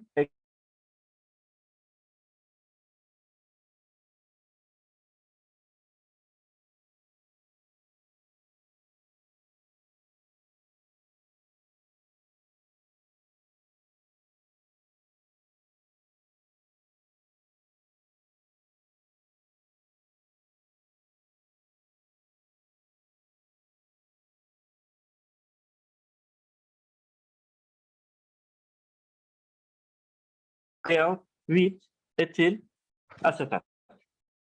I'm sorry, you were Rose disconnected absolute. for a minute, I think.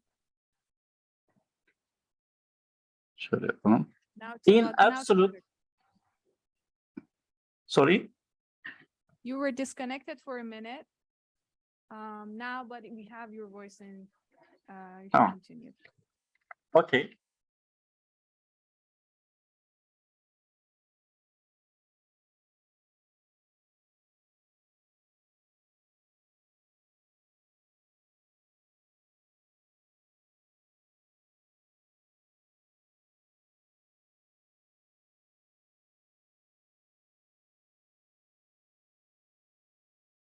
I think you're again disconnected and we don't have your voice. We'll wait a couple of minutes for Mr. Rosman Bodur to come back. Alcohol extracts from each wash are collected in a tank and kept there at a low temperature of 20 degrees Celsius below zero, while wax substance such as paraffins, precipitate, odor, and some color substance pass into the ethyl alcohol.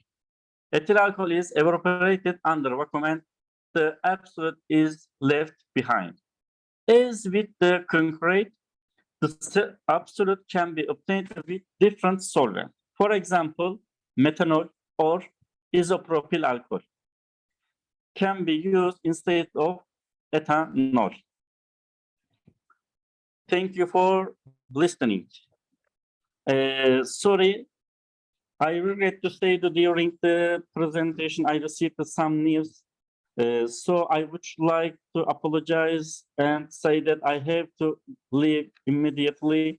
If we have any questions, I kindly ask you to send an email. Sorry. Teşekkür ediyorum. Thank you. Thank See you you. very much. Yeah, sure. If there's any question, you can Thanks for the contact.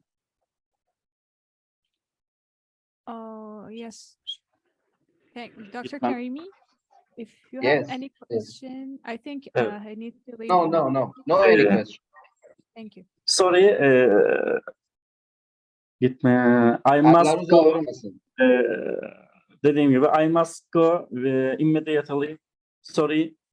See you soon.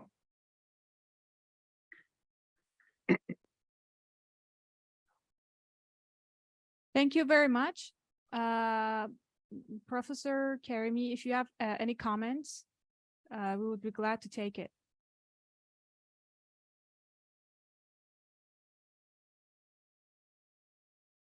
Okay. I don't have any question.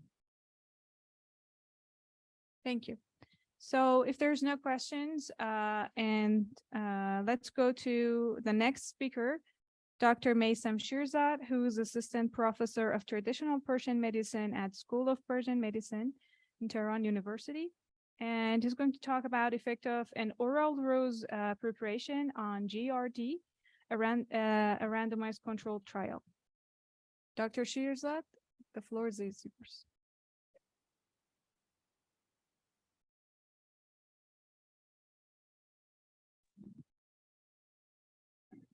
Hello, everybody. Can you hear me?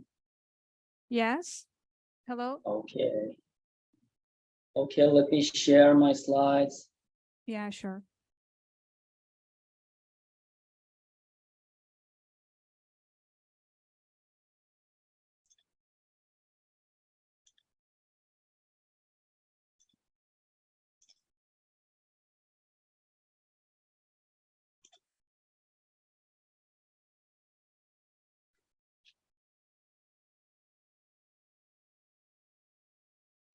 Now I think my slides are in the full screen mode. Yes, it's completely visible. Okay. Can I start now? Yeah, sure. Okay. Hello, everybody. I'm really pleased to take part in such a prestigious symposium on Damask rose. What we did on Damask rose was a clinical trial on the effect of rose oil soft gels on gastroesophageal reflux disease in comparison to omeprazole, which is a proton pump inhibitor. The question is which one is effective on gastroesophageal reflux disease.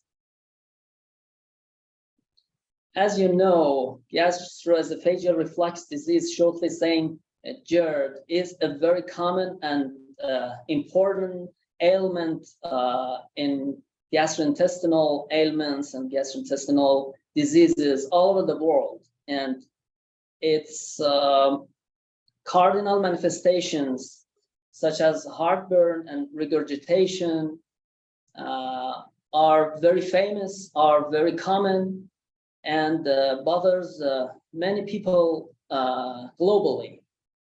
And as you know, it imposes a heavy burden and cost on health system, and the process of the disease is really chronic and relapsing, and using different kinds of complementary medicine seems to be effective and important in controlling such an ailment. Also, as you know, herbal medicine is gaining momentum in the global health system, and integrating traditional medicine, different schools of traditional medicine into modern medicine and classical medicine is an important aim in the health system, and the WHO is working on such an integration as a very important strategy. And what we are going to perform in our researches is to explain different ways of integrating traditional medicine into modern medicine. Among different schools of traditional medicine, we have traditional Persian medicine, which is ancient, originated from ancient Greece and spread in different regions like Middle East, Indian subcontinent, and West China also. The fundamentals of traditional Persian medicine, such as humors and temperaments, are well known in many countries nowadays. And our aim is to find different remedies and treatment strategies from ancient manuscripts from traditional Persian medicine to use them as complementary and supplementary treatments for different diseases.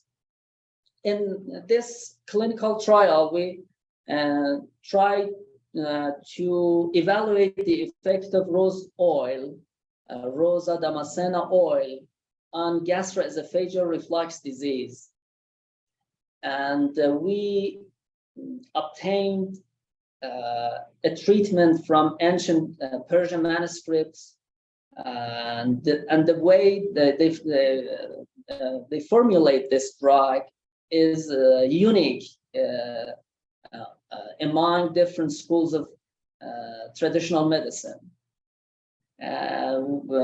As mentioned in traditional manuscripts, we macerate rose petals in sesame oil for 25 days under sunlight, at least 25 days, and then purify the oil. And because we needed to use this treatment as a controlled therapeutic formulation in a clinical trial, we used modern pharmaceutics to make it usable in a trial. And blinding of the trial by this way was possible. By making this as soft gels, we formulate rose oil as soft gels, and according to this trial, our hypothesis was that Rosa Damascena soft gels can relieve GERD manifestations equal to omeprazole. This was our hypothesis. Our study population were outpatients admitted to the gastroenterology clinic of Rasul Akram Hospital in Tehran. We calculated the sample size for each group, 35 patients, and according to regulations we have in clinical trials, at first for diagnosis, a gastroenterologist evaluated the patients and evaluated all signs and symptoms, and a clinical diagnosis performed at the beginning of the study. We had inclusion and exclusion criteria for recruitment of patients in this study. The patients should be between 16 to 80 years old and should have at least 12 weeks history of GERD. Also, as exclusion criteria, having concomitant peptic ulcer disease and having signs and symptoms of complications of GERD, and also any history of hypersensitivity to Rosa Damascena or other medicinal plants was used as exclusion criteria for all patients. According to regulations, we should perform in different trials. At first, we achieved ethical code, and then we registered our trial in the Iranian Registry of Clinical Trials, which is approved in WHO. GERD patients filled out written consent form, and we explained all the terms and conditions of the research to all patients for recruitment. We randomly allocated the patients into two 35 patient groups. One of the groups, we administered to one of the groups rose oil soft gels, 2 soft gels 3 times daily, plus 1 hard capsule, 1 placebo hard capsule once daily. To make a reasonable blindness, we needed to administer a similar administration to the other group. So we administered 1 20 milligram omeprazole hard capsule once daily, and placebo soft gels, 2 placebo soft gels 3 times daily to the group 2. So by this design, we compared the 2 groups in the course of the study. The course of the study was 20 days. We visited the patients 3 times at the beginning of the study, 10 days later, and 20 days later. The questionnaire and the instrument we used in this study was myogastroesophageal reflux questionnaire, which is very famous in GERD studies and is useful in different researchers all over the world.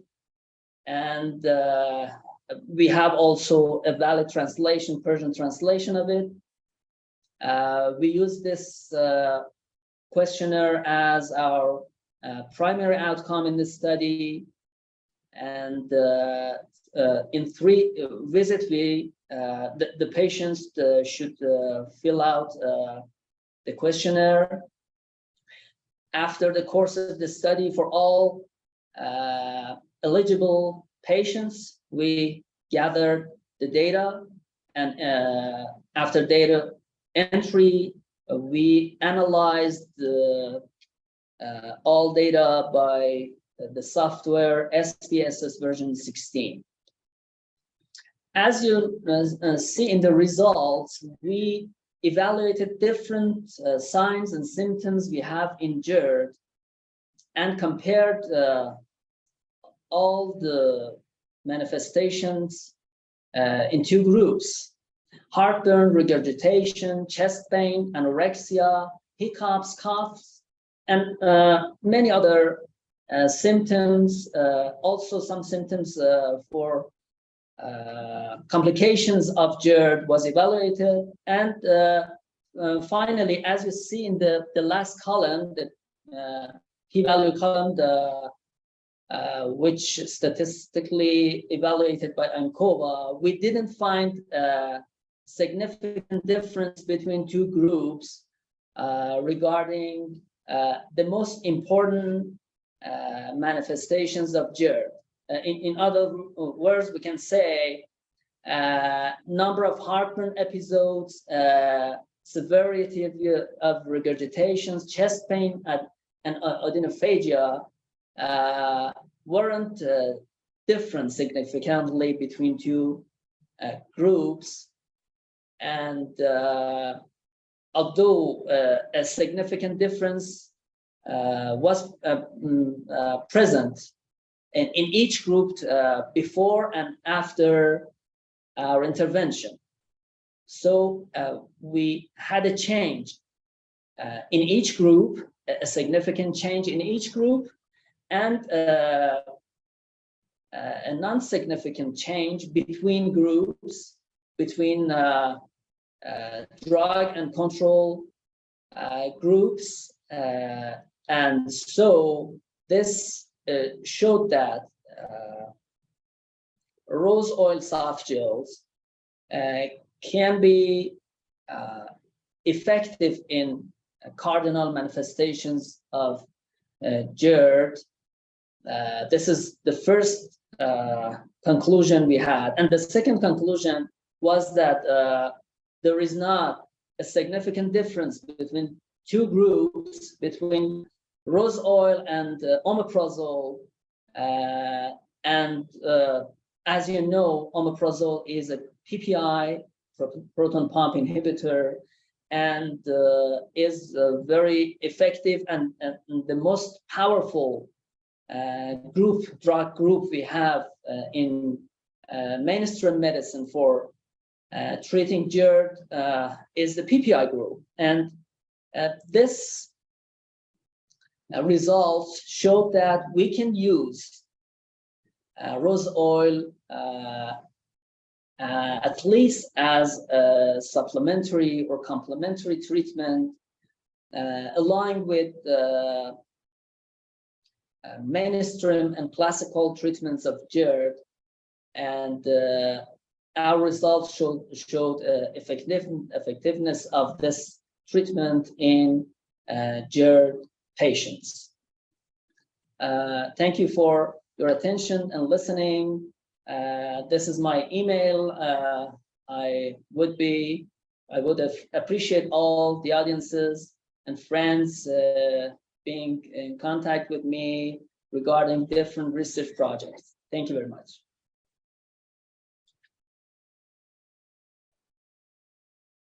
Thank you very much, Professor Shirzad.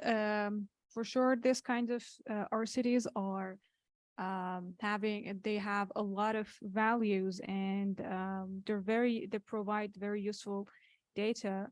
While you were explaining, some questions that struck my mind. May I ask, what was the placebo that was used in this RCT? The placebo was edible paraffin. It was edible paraffin was our placebo, used as I explained, used as soft gels. Yes, it was. And starch for hard capsules, hard placebo capsules. So it was two types of placebo capsules.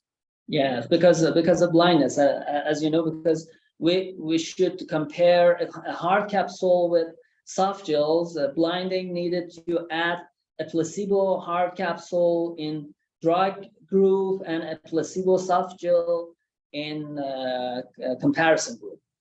Yeah, because normally in Rwanda, omeprazole is manufactured, they're produced and encapsulated in hard capsules. So yes, was there any side effects that was observed during this RCT with rose oil group? Actually, no side effects was mentioned by the patients in this RCT. I can say we didn't have any complaints for all the patients we recruited in the study. Oh, very good. So you're suggesting that rose oil can be a rather safe medicine for GRD. Thank you very much. Of course. Thank you. Thank you for your questions. Yet there is a question in the comments.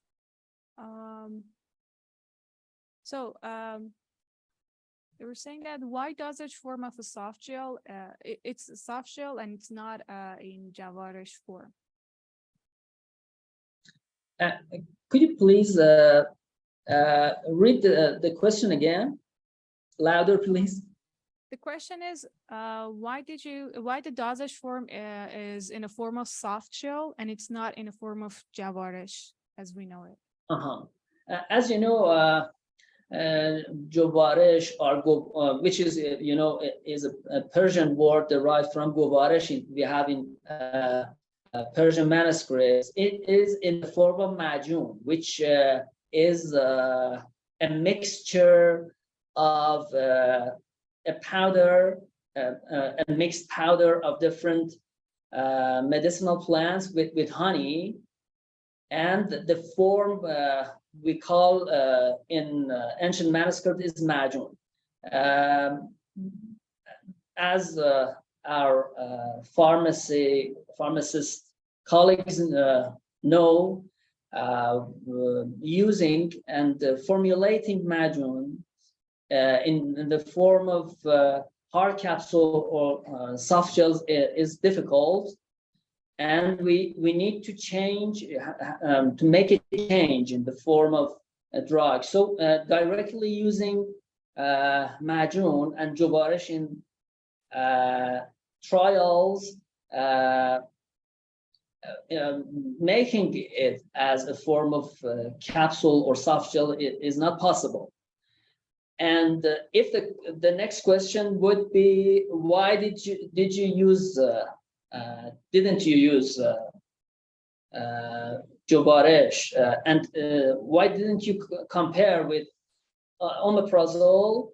The answer is that we wouldn't have any blinding if we used the original form of jovarish in the study. Of course, loss of blinding is not impossible. We can use without blinding in trials, but the quality of the trial is not that much high, and blinding is a very important factor in different trials.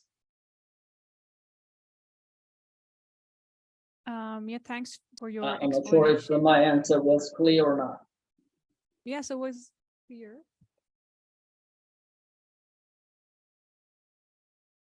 Yes, thank you for your explanation. But how about adding Javarish in capsules? Because we have some one of these dosage forms in our clinics in hard capsules. Yes, and we can make a powder. We can use different ingredients of a Javarish. For example, different seeds and leaves or so, and make them as a powder, but we cannot add honey to it. In some manufacturers changed honey as granules and add the granules to the powder and make it as use it as a hard capsule. But according to our clinical experience, I believe that using the original form, in which we mix the powder with honey completely and wait a period of time, a couple of months to 6 months, for any kind of interactions between the powder and honey is an important factor, and we believe that this can be important effects as for treatment of the patient. So we prefer to use the original form of Jovarish. And also here we wanted to compare rose oil with omeprazole, and we believe that the best form, the best dosage form for this kind of trial could be soft gels. But I agree with my friend that Jovarish is a good formulation is a good form, drug form that we can use in many patients. And we have many good results in clinic for this kind of dosage form. Thank you very much, Dr. Shirzad, for your pleasure. informative presentation, and thanks for the comments and questions. My pleasure. So if there's no more question, we can move on to the next speaker, which is Dr. Zahra Memariani, Assistant Professor of Traditional Pharmacy at Babel University of Medical Sciences. And she's going to talk about effect of a Damask rose formulation on functional dyspepsia, which is also a randomized control trial. Dr. Memariani. Hello. Hello. Welcome. Can you see me? Yes. You're perfectly Okay, visible. I'm gonna share my screen.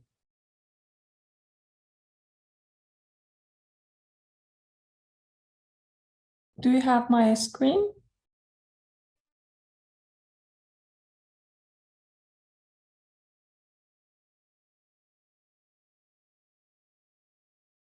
Not yet, but we will be. Yes, we do. Okay. Thank you.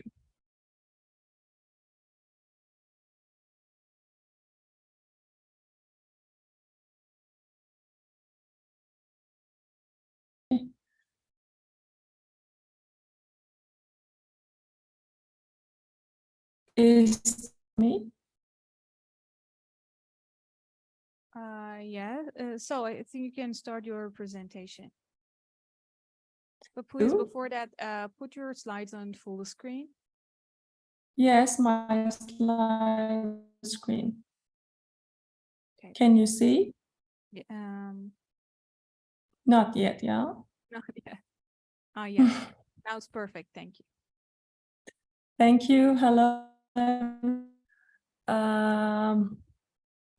I hope everyone have been well up to this moment of this symposium. Oh, sorry. First of all, I want to thanks to the organizers of this symposium because of their efforts and have the opportunity to share one of the recent studies of our team. And you can see the title of the study, Effects of a Traditional and you can see that has been published in Integrative Medicine Journal. First of all, you can see the outline of my presentation. Excuse me, Dr. Memariani. I think your internet connection is.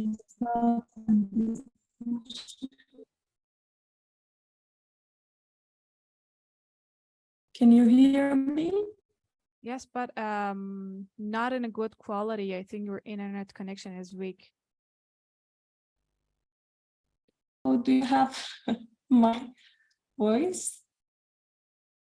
Yes, but again, the quality is not that good. Okay, I don't know what to do. To use another internet connection would change your Okay, let me try. Excuse me. Pardon me, I didn't hear it.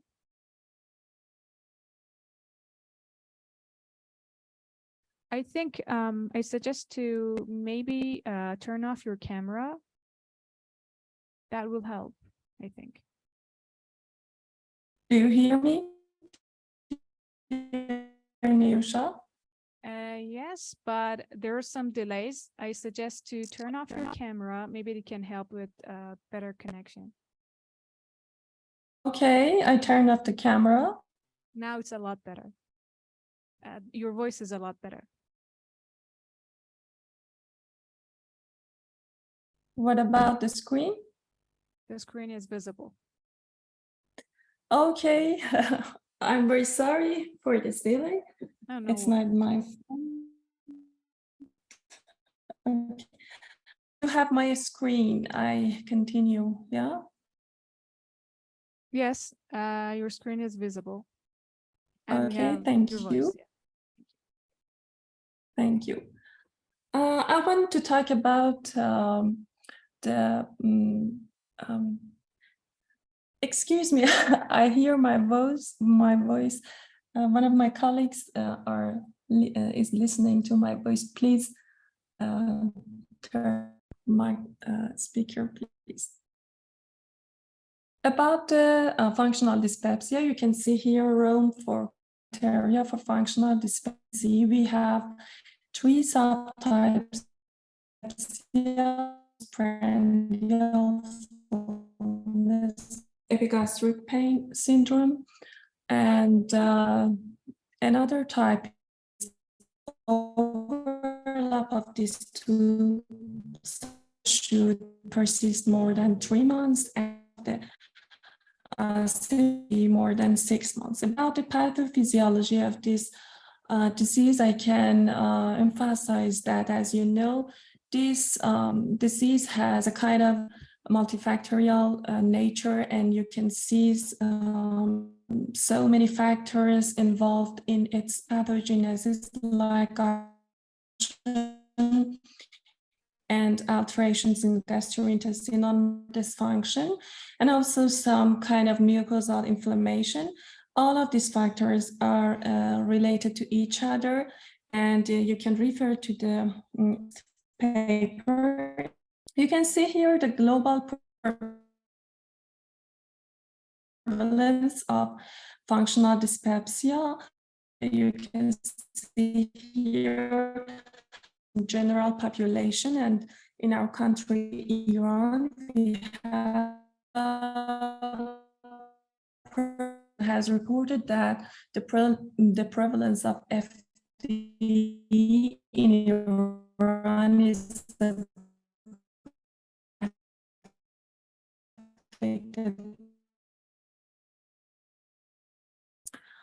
you can see that has been published by different scientific H. pylori infection, if there is any. And you can see here and some other options like psychotherapy and our interesting option that supplement today.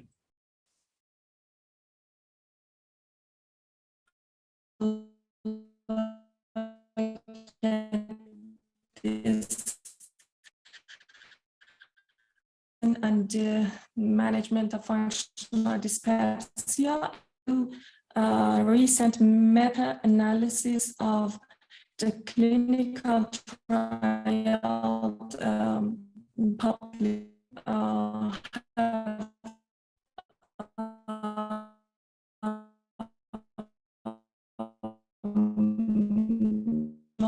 therapy, and some cases they are good to manage the symptoms of FD or functional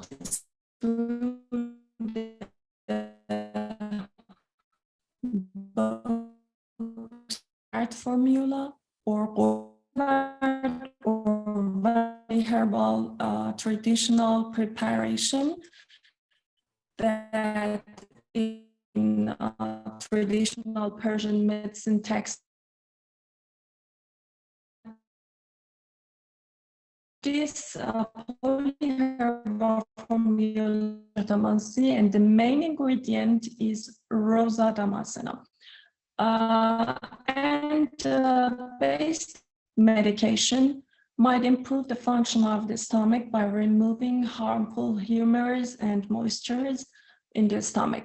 And you can see here at the right side the names of the books that are introducing the varied formulation and its effect on different gastric pains and burning.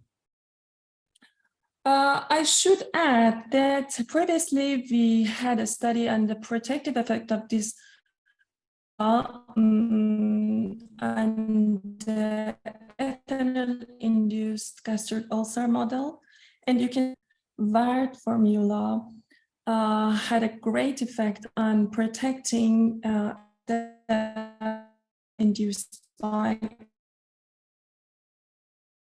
and ranitidine.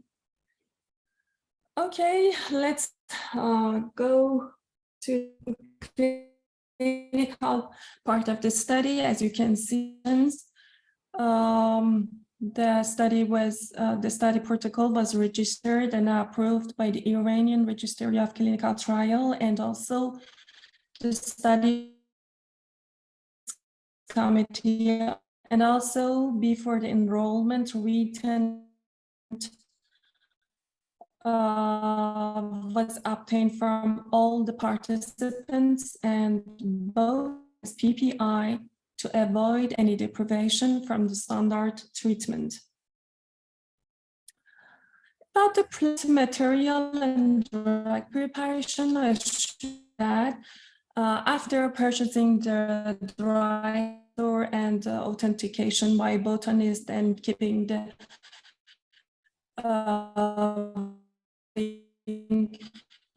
we had dried herbs. Each herb was powdered in the ratio of 2:1 according to the texts of Persian medicine books, and were mixed, and powders were granule in a manner of wet granule, and after drying and decontamination of granules by microwave in 3 1-minute steps, the granules were remilled. For placebo, prepared was mixed with the herbal powder until the smell was a bit similar. And after microbial control tests, both powders were filled in oral gelatin capsules, hard gelatin capsules. Each capsules contained 500 milligram capsules. We had microbial limit tests and determination of phenolic compounds, HPLC and glyceric acid components. You can see here HPLC chromatogram of the aqueous extract of the powder, the products of gallic acid and glyceric acid, and their peaks in chromatogram and the extract chromatogram and the amounts of the components. And about the participants, I should say, based on statistical calculation, 70 participants considered for this study, and else to gastroenterology clinic in the mentioned study period, cases who matched the inclusion criteria. The patients were trained to take 1 capsule 3 times a day, half an hour after each meal.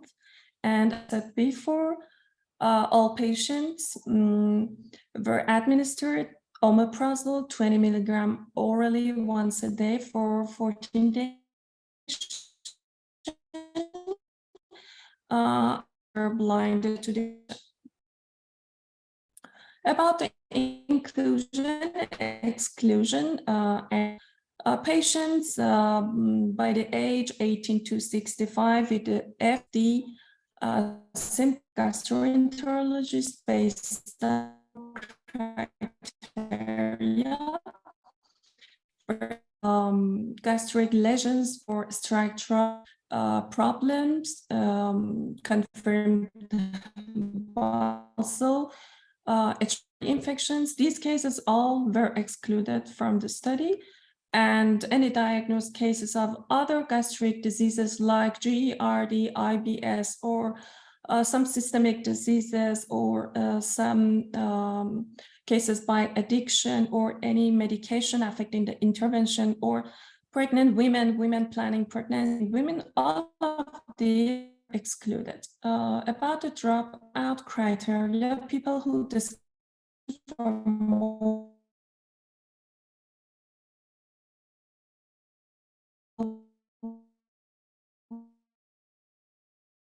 7 days during the study, all of this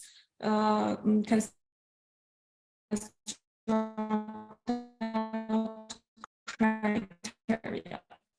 The change in dyspepsia severity based on the total SRS at weeks 2, 4, and 8 of intervention compared to the baseline. In addition, for assessment of 2 cardinal postprandial distress symptoms, including early satiation and postprandial fullness, we asked patients 2 separate questions because GSRS questionnaire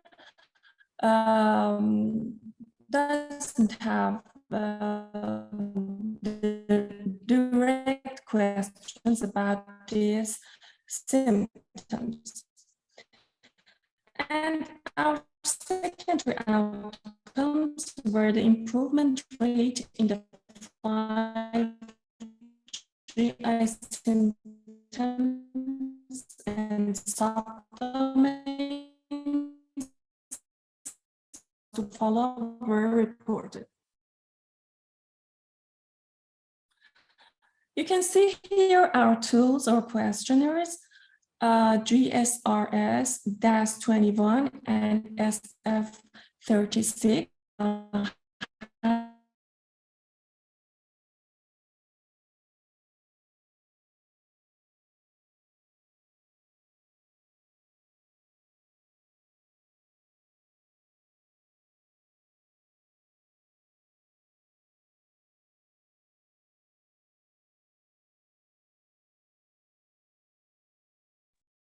It seems I'm disconnected.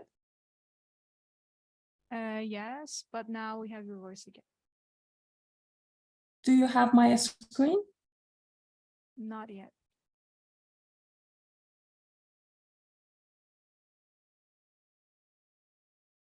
Now?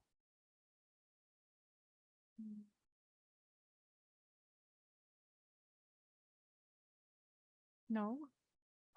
Have you shared your slides? I want to share it again. Ah, yes, okay. Sorry, I don't know where I was.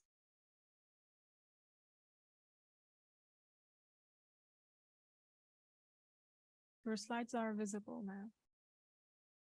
Okay, thank you. Said about our tools, GSRS, DAS21, and SF36.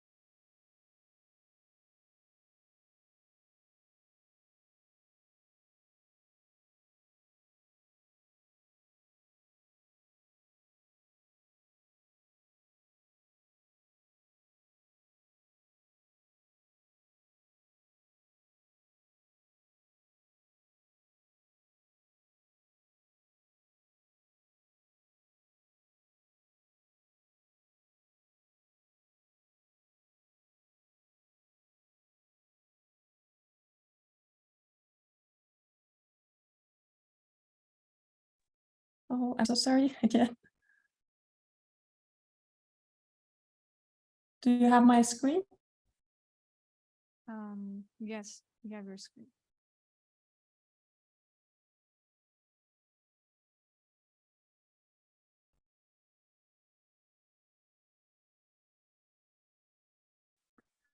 we have your screen. Okay, I skipped this. At the result part, you can see here the demographic characteristics of the participant. Line, there was no difference between two groups, VART and placebo groups. And you can see the film of the study to the end, and during the study we missed about 11 patients, and in VART group we had some dropped out participants because of abdominal pain and discomfort and bloating, and 2 of them because of non-compliance of the drug.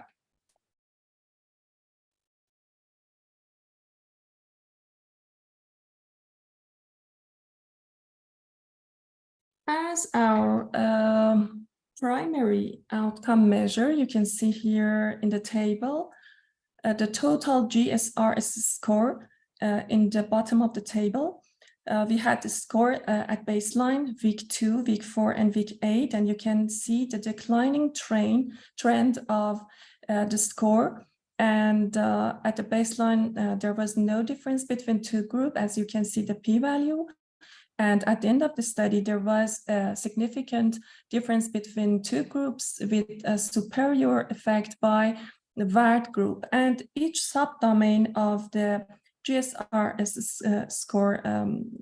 scores are also shown here. You can see, except for reflux symptom, the other symptoms were significantly decreased in VART group, and also the 2 questions for PD, as I said before, had significant difference for VART group. You can see here another view of the at 0, 2, 4, and 8 weeks of the study.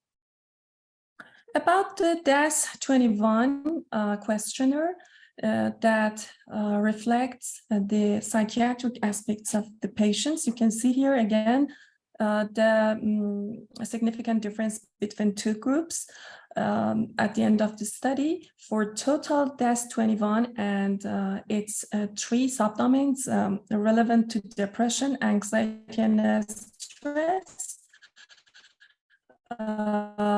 All of them had a declining trend to the end of the study. And about the quality of life, you can see here, SF36, total 36 score is decreased at the end of the study, which has a significant difference compared to the control or placebo group. And I should say that the quality of life was more affected in the mental aspects and psychological aspects. You can see here, physical component wasn't affected significantly. Some that we assessed statistic and intervention. The NNT is the average number of patients who require to be treated for 1 to benefit compared with the control in a clinical trial. As you can see here, for the belly pain or abdominal pain or bloating, we have a good NNT. It means that of every 3 patients or 2 patients, we have 1 patient that has been treated. Finally, I should conclude that in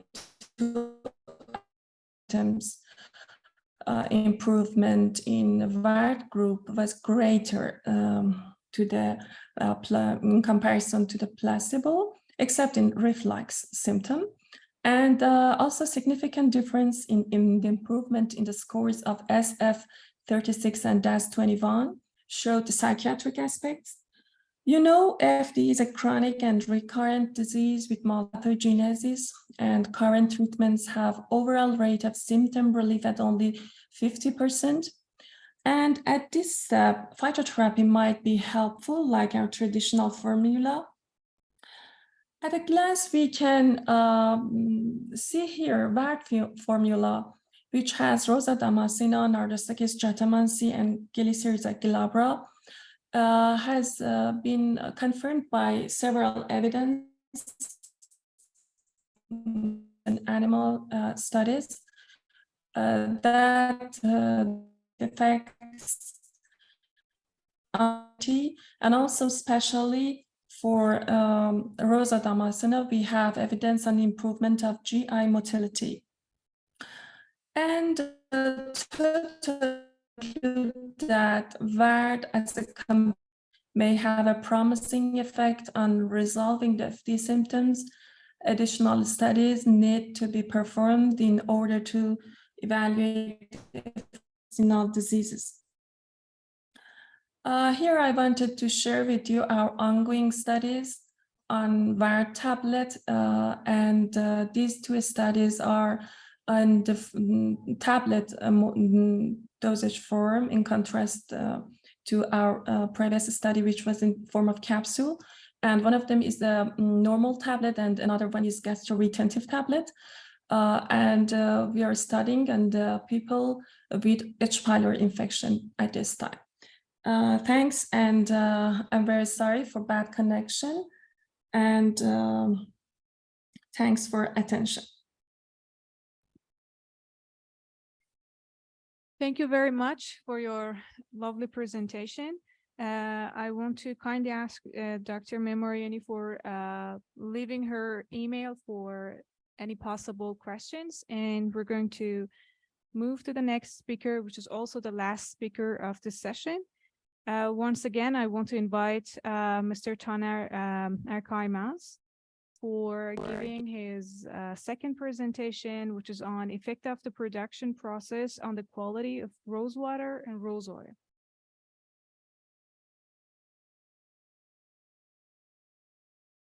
Mr. Taner Erkaymaz.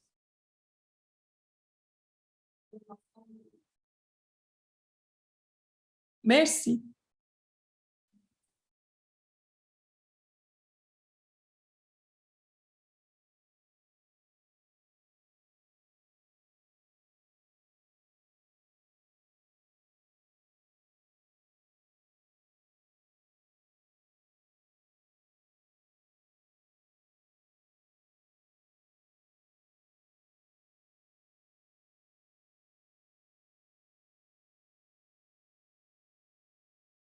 Mr. Taner Erkaymaz, do you hear my voice? I mean, you're having your, I think your camera is turned on, but we don't have your face.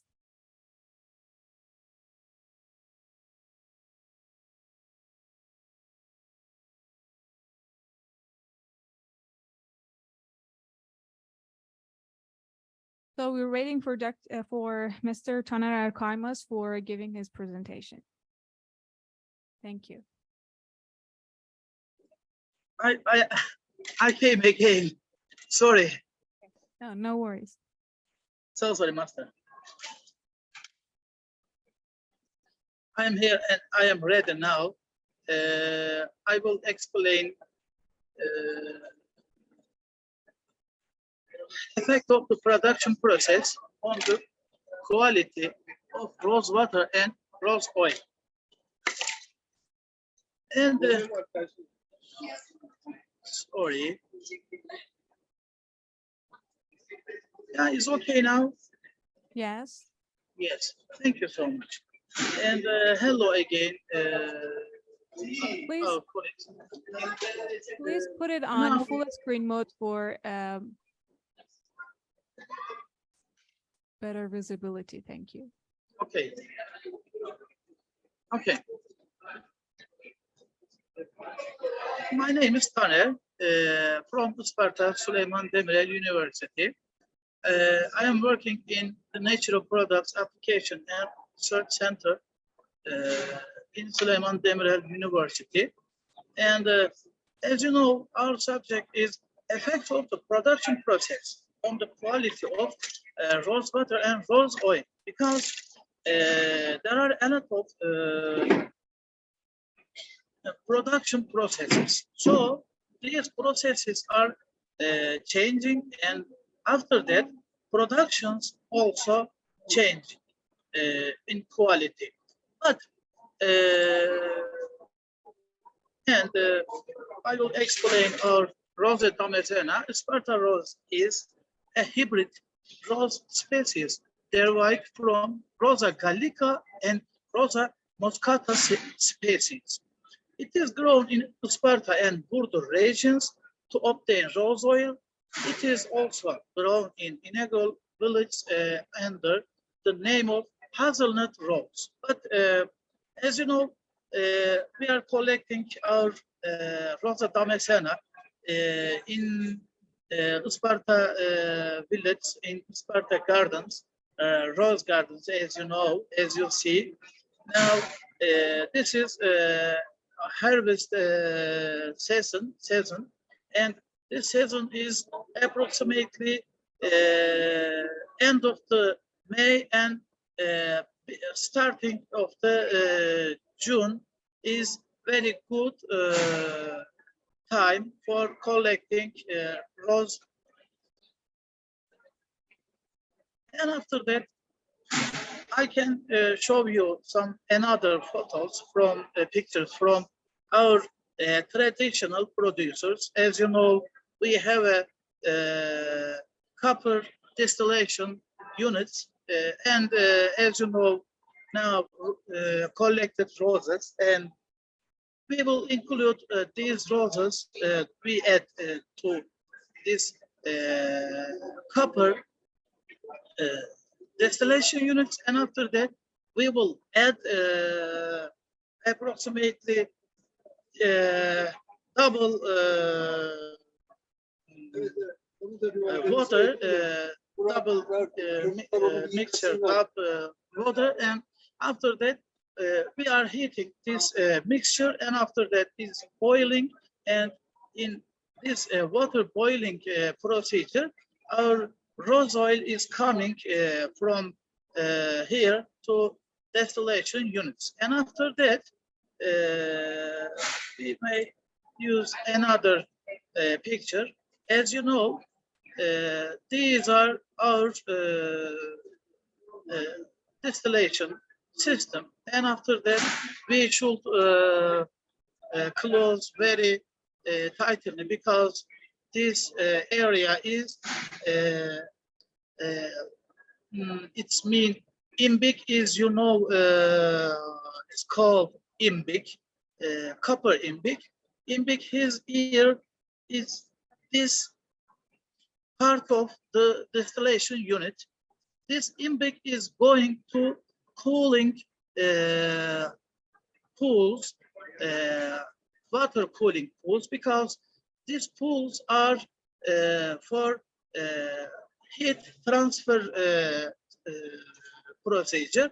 And as you know, boiling water is going to other cold water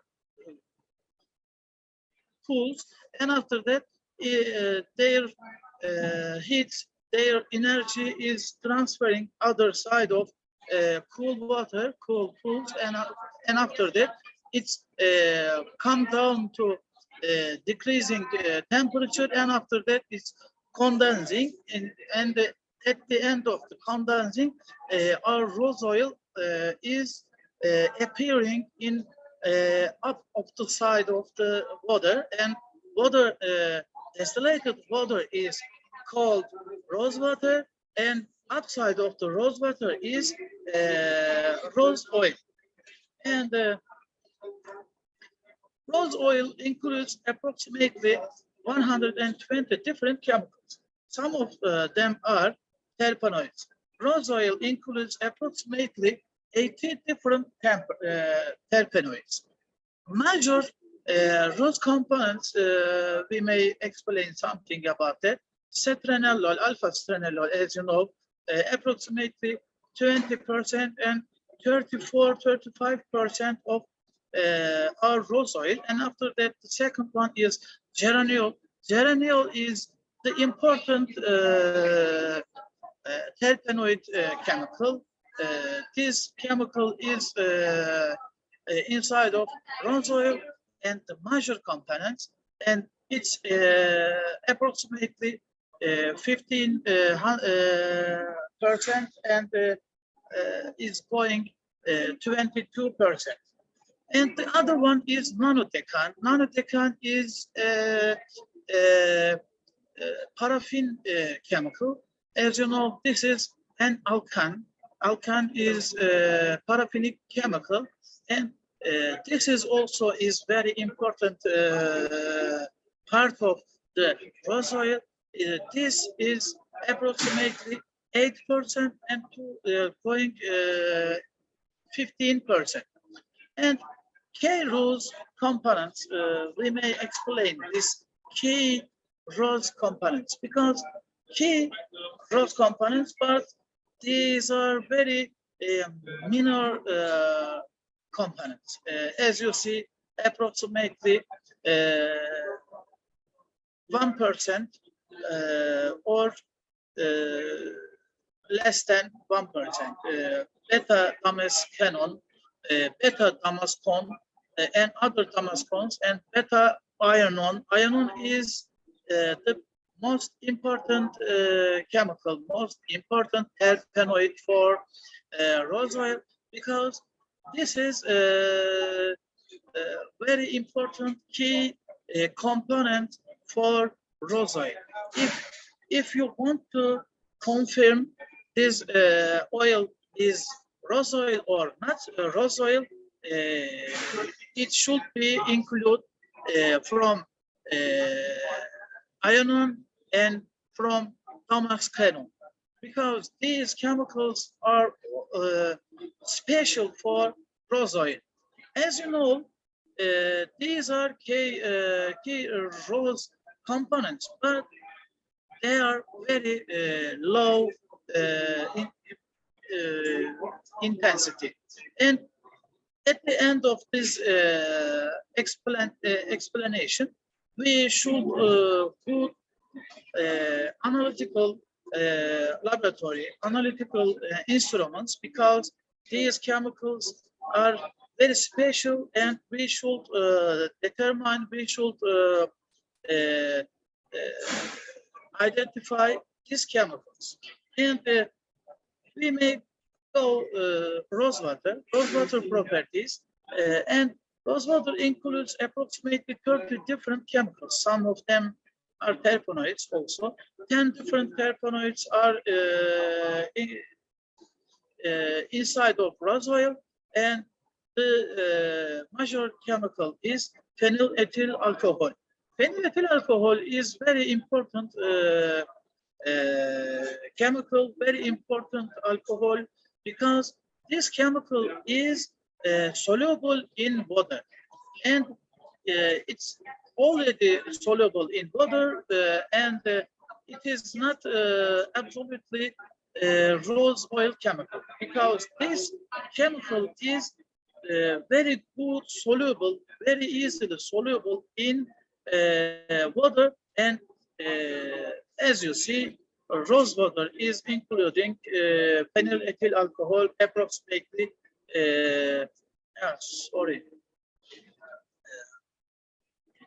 sorry,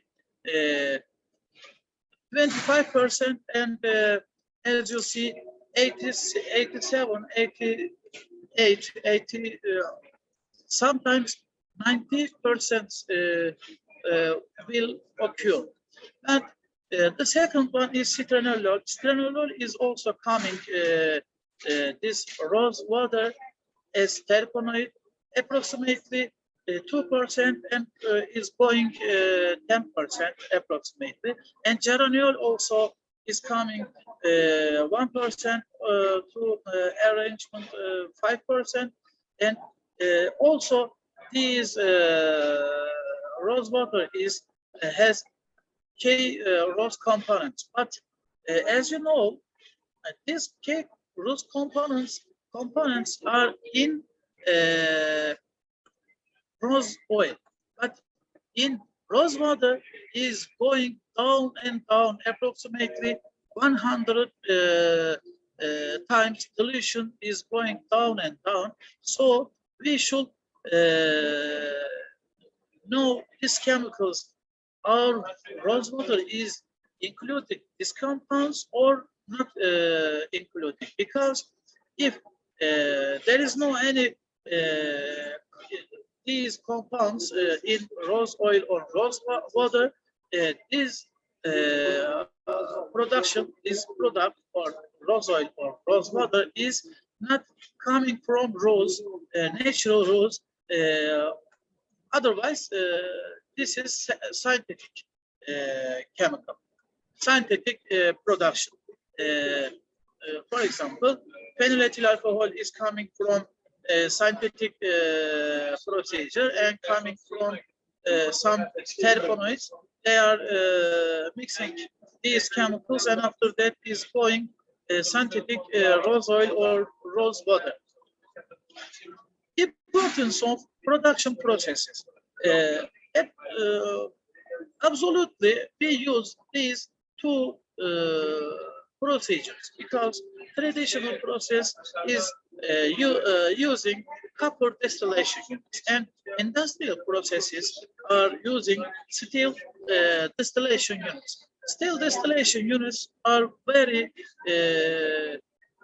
big, very good, but some a little bit some disadvantages about quality of rose oil and rose water.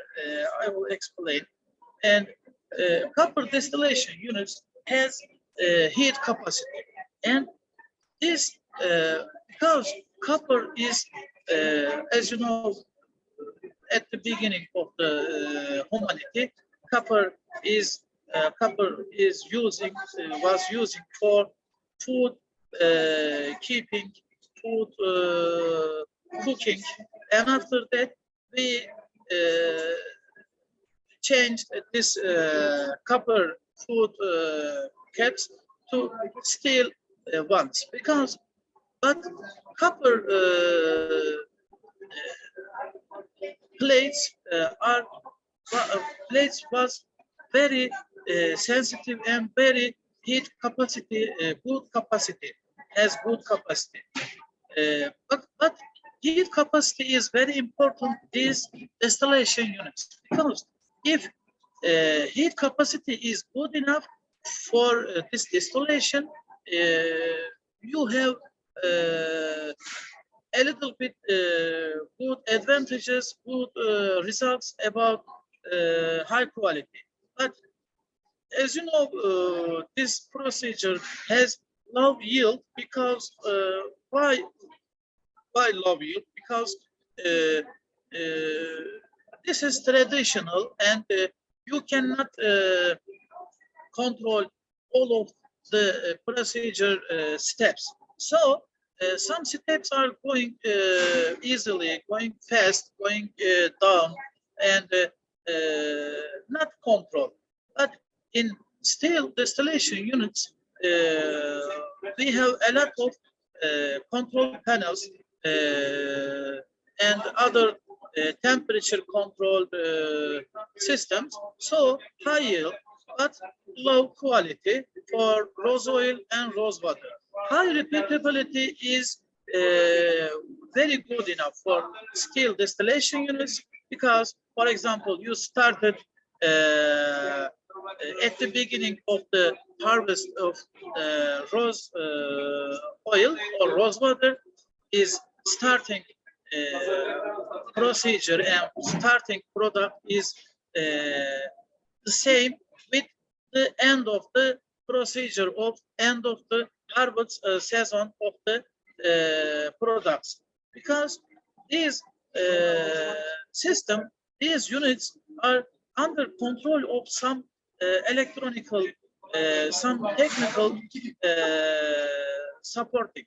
So other unit is not has not a good,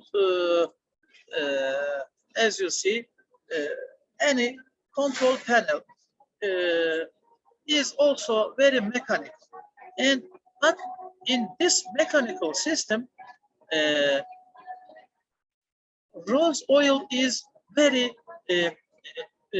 high quality, because you should take some good results for alpha-citranolol and geraniol and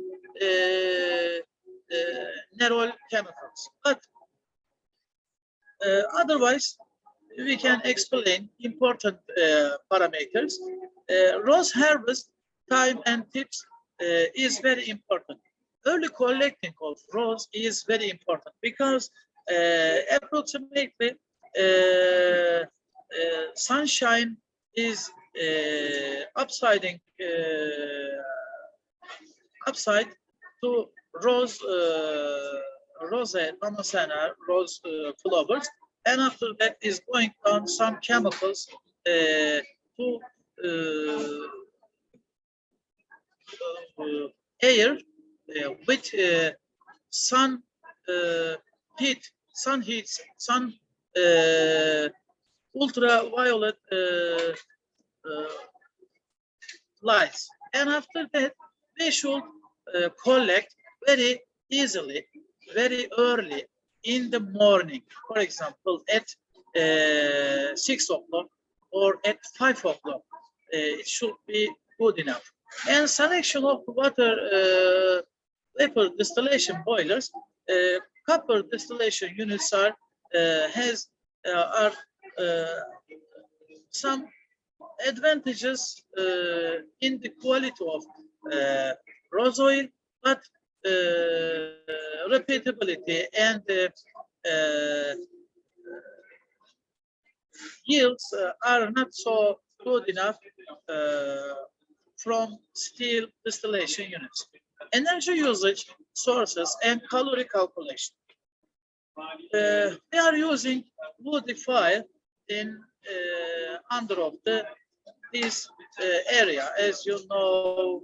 Yes, wood is wooden fire is starting from here, and after that is air water is boiling.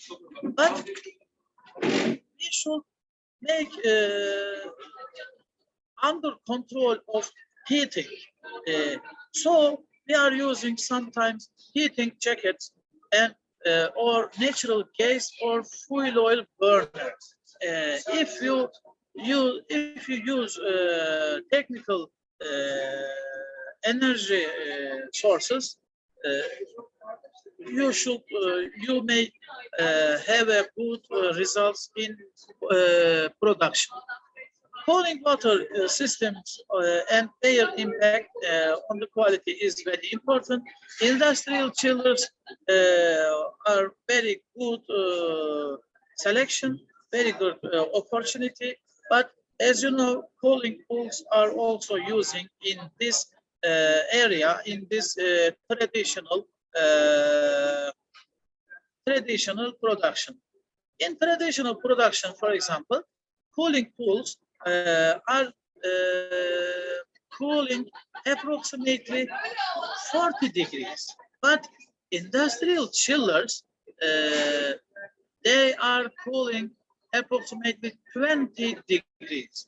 20 degrees are very good, very advantageous temperature, because this temperature is very good trap for our terpenoids. But cooling pools is pools are working approximately 40 or 50 degrees. So in this temperature, we may not good trap our terpenoids. So some of them are missing our system. And after that, I may explain this procedure. For example, copper distillation units, if you use these copper distillation units, alpha-citranolol is going approximately 40%, approximately. And we have very good three triple compounds. Trinity, as you know, we are called Trinity. Trinity is alpha-citronellol, nerol, and geraniol. These three chemicals are very important terpenoids for rose oil and rose water. In rose oil, if 50% is occurring in our rose oil procedure is very good enough. This procedure is successful, but approximately 50% is good enough, but under the 60% or 50% is going down low quality. And still distillation units is going approximately 40 and 50% of distillation. So I would like to explain these knowledges. Thank you so much for your attention.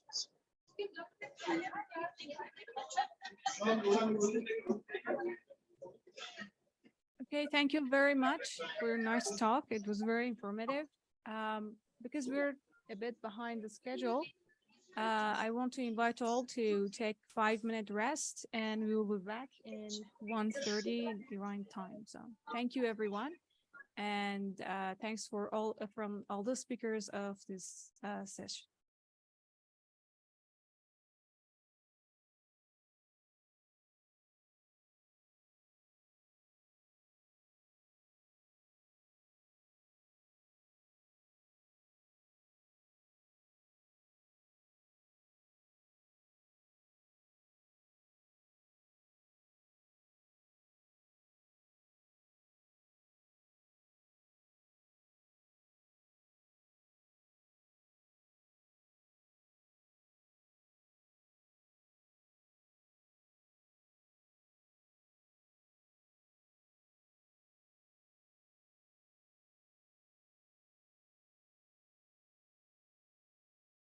Okay, welcome back to the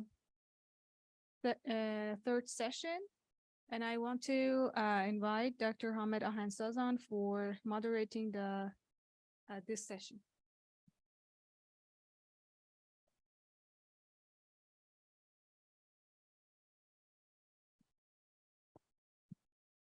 Hello, everyone. Thank you for participating. Firstly, that I appreciate to organizer team, especially Dr. Bahram Sultani, the chair, and Ms. Sadeghi, our IT officer. And let me start the oral presentation session. The first presenter is Dr. Roshan Quds. She is associated professor in Iran University of Medical Sciences. Dr. Quds.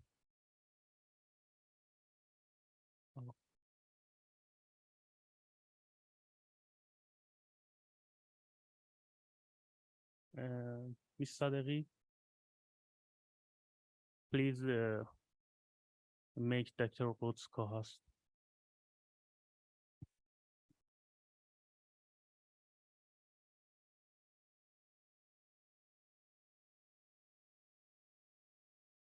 Dr. Quds, you have access to share your slides and Yes. thank you. Thank you. First of all, I want to ask you how much time I have. You have 7 minutes for your presentation and 3 minutes for Q&A. Okay. Hello, everybody. I appreciate the opportunity to share our work to you today. And my talk, sorry, I have to share my screen first. Yeah.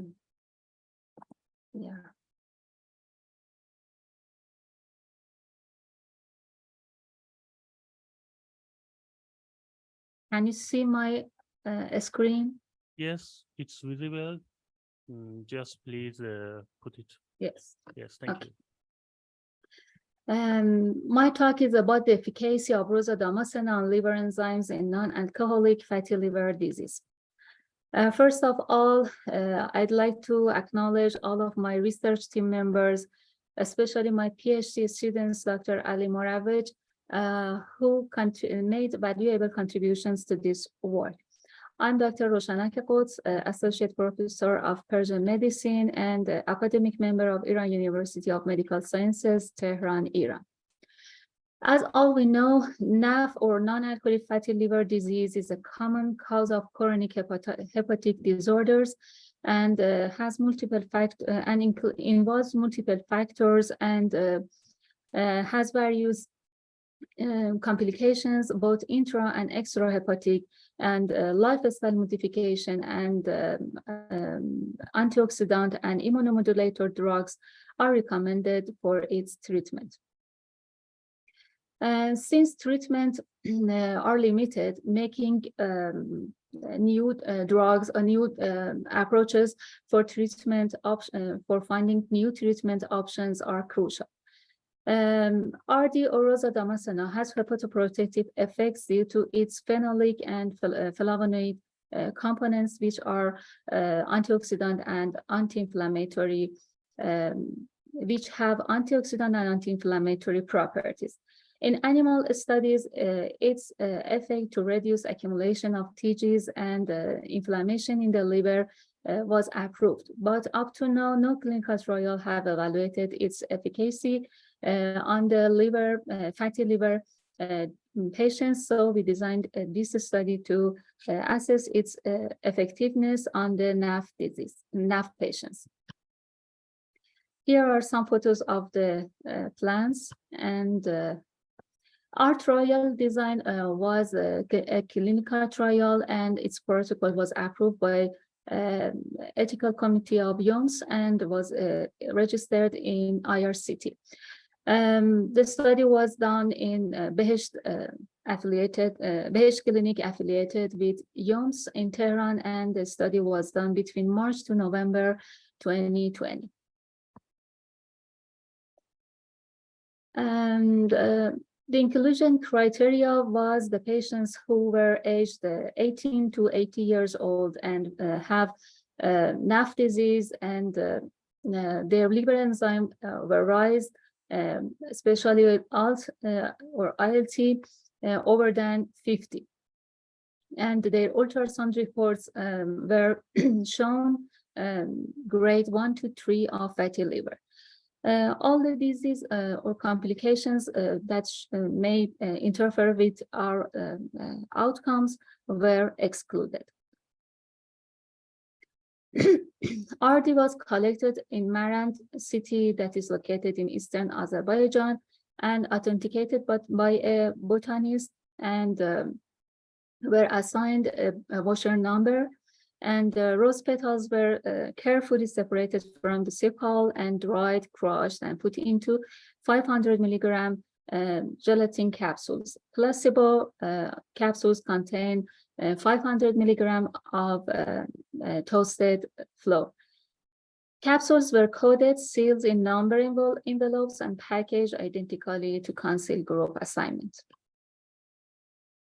Our intervention was performed on 74 NAF patients. They were randomized to 1 gram powder or placebo 3 times a day for 12 weeks with lifestyle modifications. Patients and researchers were blinded to group assignment. LFT, blood glucose, lipid profile, and blood pressure were measured at the beginning and at the end of the study. Experienced radiologists performed liver ultrasound at baseline and study end. Here you see study flow chart. We had 1 patient lost to follow-up in each group. Results showed that most of our patients or participants were male, and they were aged from 30 to 50 years old, and research and intervention group or RD group showed a significant decrease in serum ALT, waist circumference, and TG and cholesterol and LDL. And this group showed an elevation in HDL. And systolic and diastolic blood pressure were significantly decreased in intervention group. Also, fatty liver grade was significantly reduced in intervention group. No adverse effects were reported. Here you can see the details of our variables, and because of time constraint, I prefer to go through all these slides very quick. And the results show that RD could reduce liver enzymes, especially ALT, and lipid profile and blood pressure. As I mentioned before, inflammatory and antioxidant properties, and this is because of its flavonoid compounds. And these compounds can modify cytokines, particularly interleukin-6, TNF-alpha, and interleukin-1b. And this property led to their proposal as effective drug for treatment of autoimmune disease. VEGF-C is a cytokine that plays a role in NAF, and flavonoid may target it in treating NAF. And the positive effect of RD on reducing the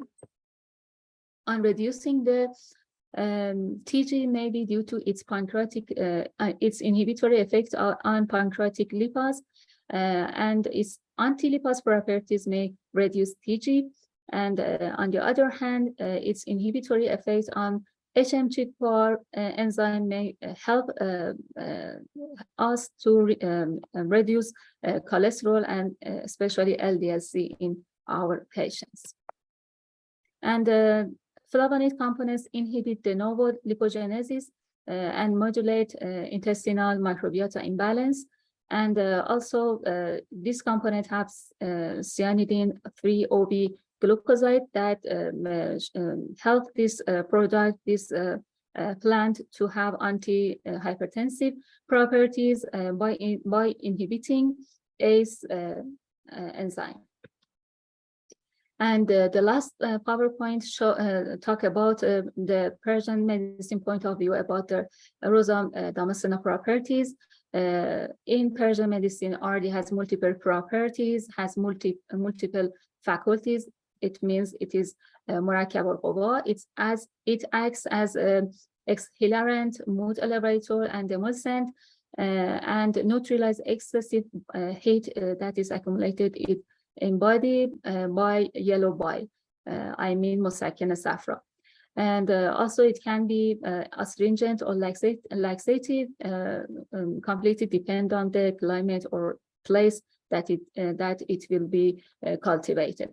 Rose water also is beneficial for tonifying all organs, especially main organs of the body, and is even useful for promoting healthy digestion. In Persian medicine, tonifying drugs protects organs from organs by moderating their temperament and tissue consistency. This property causes it no longer accept unhealthy substances and develop properties such as dissolution and removal of obstruction, I mean mofate. And this property helps the organ cleanse itself and eliminate harm caused by unhealthy substances, that here is fats and their metabolites. Thank you so much for your attention. If there was any question, please contact me via email. Over to you, Dr. Ahansazan. Thank you, Dr. Quds, for your informative presentation. Thank you so much. Is there any question? All the participants can use the hand raise button or write a message to chat box.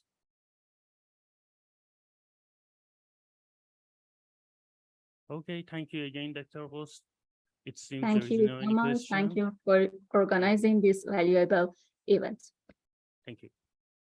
And the next presentation, and the next presenter is Dr. Savaş Volkan Genç from Turkey. Dr. Ganj. Hi. Hello, I'm here. Yeah. Hello. Hello. I think you have access. Yes. Thank you. Your slide is visible. Just please put it in full screen mode. Is that okay? Any problem? You have 7 minutes for your presentation and 3 minutes for Q&A. Thank you. Okay, thank you. And first of all, I want to thank you, your organization committees for this scientific organization. And I'm Dr. Savaş Volkan Genç from Turkey, Burdur Mehmet Akif Ersoy University, Faculty of Veterinary Medicine, and my department of History of Veterinary Medicine and Deontology. And today, our topics, the roles in Biruni's Kitab-ı Saydala fi Tıp. Biruni, his Kitab-ı Saydala fi Tıp, which went down in the history of science as the world's first book titled Pharmacy, is a Materia Medica that explains the explanations of drugs, herbs, and minerals alphabetically. It's a work in which the boundaries of medicine and pharmacy are drawn. The Arabic, Greek, Syriac, Hindi, and Persian names and etymologies of medical herbs and plants are also explained. Sami Hamernath describes Biruni as the father of Islamic pharmacology and marine biology. He made numerous references of the works of Hippocrates, Galen, Dioscorides, Oribasius, Aethesius, Paulus Argentina, Theosphorus, and Aristotle. Biruni, who knows Greek and Indian medicine, says that science developed and new sciences are and will be born over time. Kitab-ı Saydala fi Tıp, Biruni, in his old age when he had vision and hearing difficulties, prepared his book called Kitab-ı Saydala fi Tıp with the help of Greek students. It's the first pharmacy book written in history. He gives important information about the medicine, pharmacy, botany, philology, and history of science in the book. The author also conveys his philosophical system, ethical understanding, and the worldview in his work, where he says that behind the claims of alchemy, magic, charm, immortality elixir are the ambitions of people. The book, which draws the boundaries of medicine and pharmacy, was prepared by taking Dioscorides' book as an example. He examined the drugs in 3 groups, conveyed them in the alphabetical order, and also included their side effects. Biruni, whom certain call it one of the few great people that the world has produced, was born on September 4, 973, near Kut, the capital of Khwarezm. Bartholdi called it the greatest scholar of the Islamic world. He wasn't very famous in Spain, which was a transition zone for knowledge, so his works were translated into Latin, and as a result, he wasn't known in the Western world in the Middle Age. However, he appeared in some historical French texts under the name Master Ali Baron. He opposed the idea that the science only provided practical benefits. He used the works of Hippocrates, Galen, Dioscorides, Oribasius, Aethesius, Paulus Argentina, Theosphorus, and Aristotle. Biruni, who was also familiar with the Greek and Indian medicine, he argued that the reason for the emergence of science was essentially human needs, that the natural science were born from medicine and veterinary medicine. In this study, Professor Dr. Esin Kahya and Professor Dr. Hakim Muhammad Said translations of Kitab-ı Saydala fi Tıp were used as main sources. The information given in the sources was examined by adhering to the methods of historical research and discussed with the studies done on the period and subject. Data collections, analysis, and reporting stage was followed according to historical research methods. Biruni naturally also deal with rose in his work.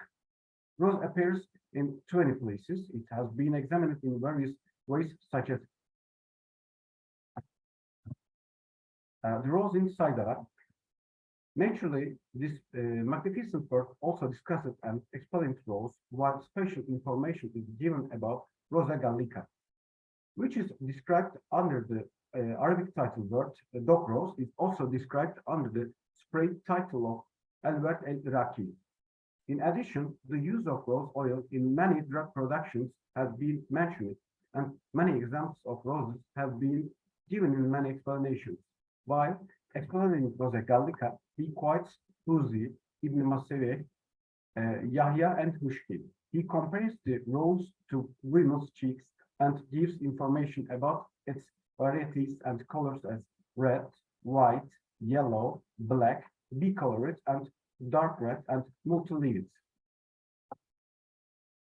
He explains that the best types of perfume used in perfume making are the Jevri and Aqua. That their scent is the strongest and that they are called Jevri Farsi, and other names, the tree gulab. This rose is included in the compounds of all women's perfumes, as well as in the Halile porridge. According to the principle of four humors, it's moderately drying, cooling, and caustic. It's good for the liver and stomach. He says that Iranian people's ability to use it much more advanced than the Arabs' ability to use it and that of the other nations. That is Altus in Roman and Verde in Syriac. The two-colored variety is called Tutkatyon in Rome and the worded Sayed in Syriac. In Persian, it's called Gül Rasabijah. Biruni quoted Huzi as follows: the root of the Malodorus rose is burned in the form of Spanish sticky herb. He quotes Ibn Maseweh as writing that al-himar, the name donkey horse, is less fleshly, yellow with appearance like a bird, and its smell is not pleasant. Biruni quotes Damask's definitions. It's red and the dog rose is called verde chini in China. Too big to fit in a human fist. Burus is a rose bud.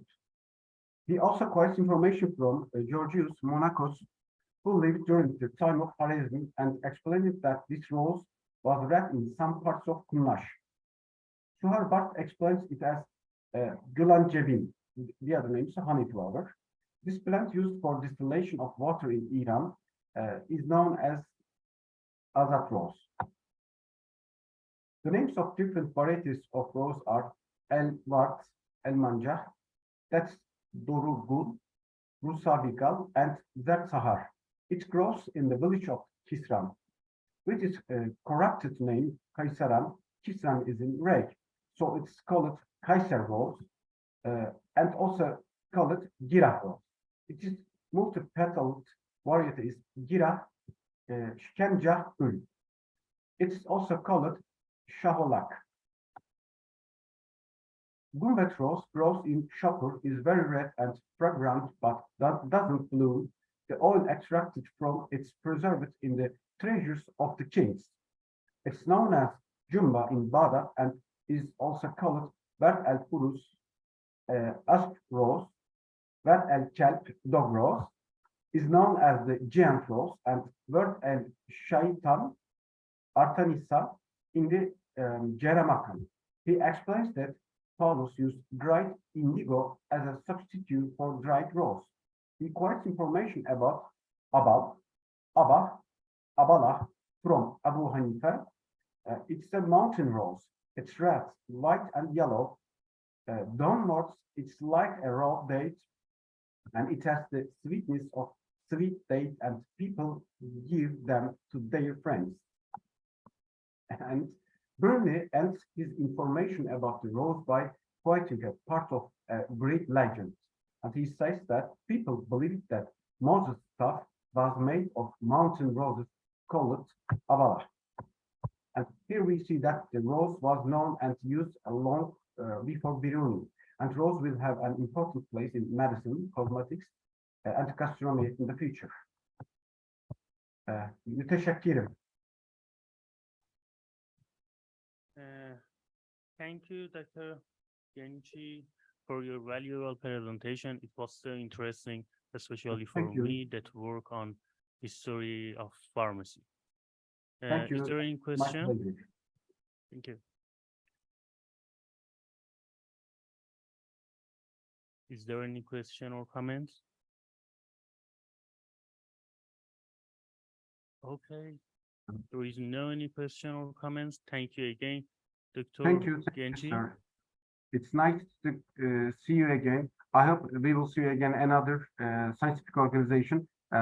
Warm regards from Burdur, Turkey. Thank you. Let us to continue the session with the presentation of Dr. Fatemeh Qasemi. Dr. Qasemi, you have access to the camera and the microphone. Also, you can share your slide.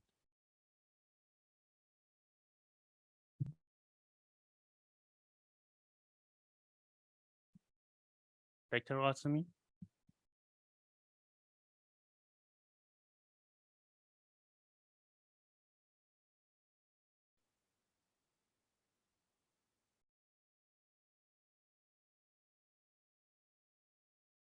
Dr. Qasemi?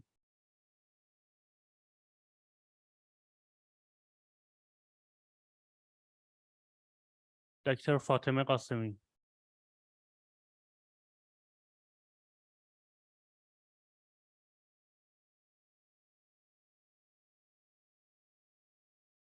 Dr. Qasemi, you are currently co-host and you have access to the microphone and webcam. You can also share your slides. Do you hear us?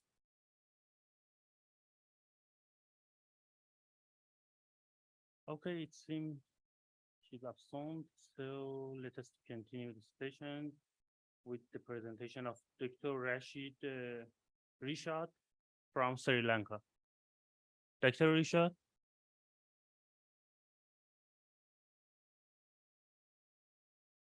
Hello?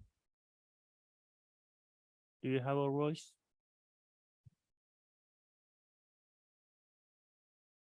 Is it audible for you? Please active. Oh, Miss Taderi, please make him co-host. Dr. Rishad.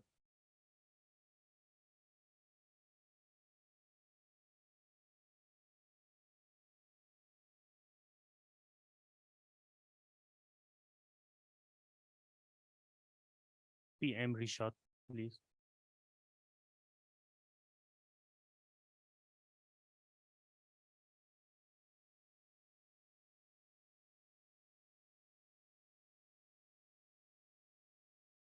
Yes, I know.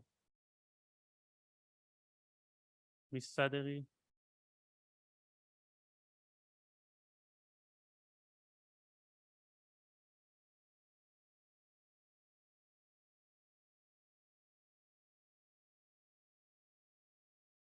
Dr. Rishad, you are currently co-host. You have access.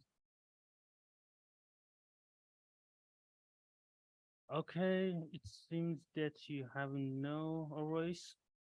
Ask to unmute. Okay. Please activate your microphone. Okay, sir. Can I audible, sir? Hello. Yes. Yes, sir. Audible your voice, and Okay. we can see your slide. Just put it in the full screen mode. Thank you, sir. Thank you. Okay, okay, sir. Thank you very much for the opportunity. I'm Dr. Rishad, MD scholar in Unani Clinical Medicine, Postgraduate Institute of Indigenous Medicine, University of Colombo, Sri Lanka. Currently, I attached to the University of Colombo, Sri Lanka, with professional unit, National Ayurveda Teaching Hospital, Colombo.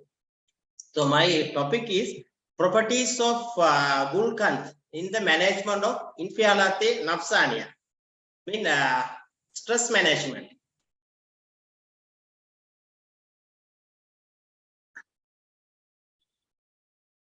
Right. Introduction of my presentations. Over the past years, it has become more obvious that the human being is seriously affected by mental stress due to variety of the causes. Actually, there are now mental distress is very high compared to past days because of the technology and the industrial realization and the new modern way of lifestyles. Those are the main factors to affect our personal life and that produce stress. So here, what is stress? The stress is a body's natural response to the any physical or mental demand. Our natural response. Even though we sit freely, we face some stress because of our body naturally responds to them. In situations, activities, relationship that influence to one's physical, emotional, and psychological situations. The common symptom of stress. Here I put some common symptoms: headache, muscles tension, heart palpitations, a feeling of being overwhelmed, difficulty to concentration, changing in mood, nausea, constipation, and diarrhea, etc. In Western allopathic medicine, they treat or they manage stress symptom only. For that, they are giving some tranquilizer, diazepam or benzodiazepine like medicine. But in herbal medicine, Ayurveda, Unani or Siddha or Persian medicine or traditional medicine, we treat the patient holistically. For this, there are a lot of medicine using to manage our symptoms, but here I choose the Gulkand. Gulkand is one of the well-known medicine is used to manage the inferiority and nafsania. When we consider, I read some article from the websites and I found out that origin of the Gulkand is the Persia. Then India also they prepare the Gulkand. Then now all over the world they are using method to prepare the Gulkand. So Gulkand is the rose petal based confection. There are two ingredients. Mainly one of active ingredient is Vard. Vard means Rosa damascena. Preparing the Gulkand, they put the Gulkand one layer, rose petals, then sugar and rose petal like this way they are preparing the Gulkand. We put in a jar or bottle and kept in a various way, kept in a place by preparing the Gulkand. There are three types of the Gulkand we can see. Gulkand Abi, at water and heat and quickly prepared.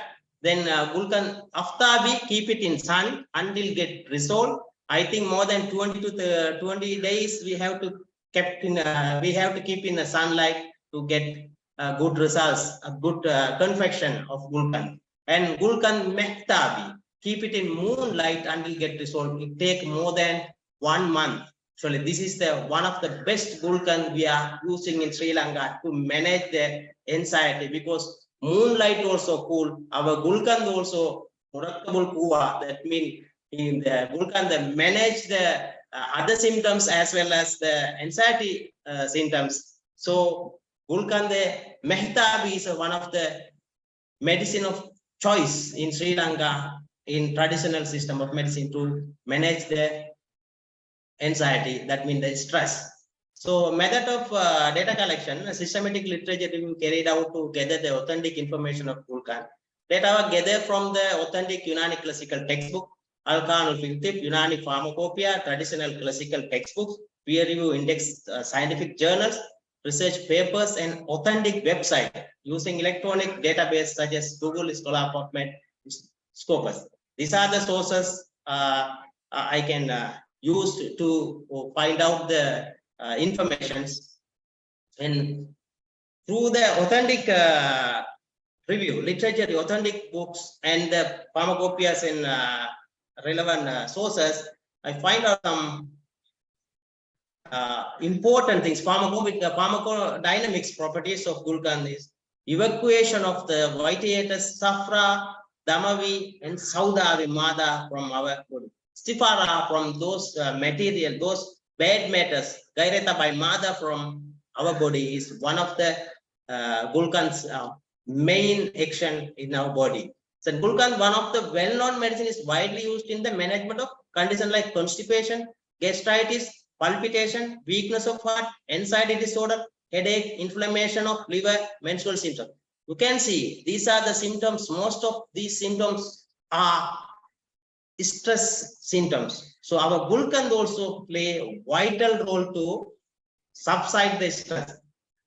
And main ingredient of gulkan contains terpenes, glycosides, and flavonoids, anthocyanin, tanning metals, fatty oil, and organic acid, vitamin C. Some vitamins are very important to reduce the stress. That vitamin also here.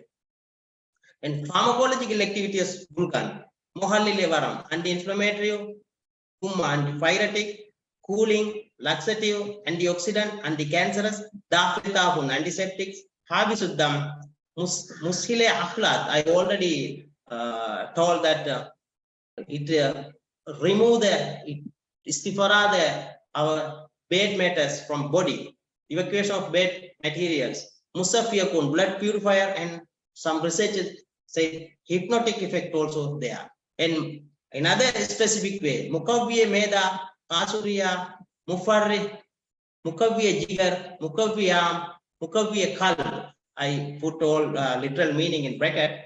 And Mukavviya Dima, best tonic. That is the reason Gulkan, not only the medicine, but also the nutrient.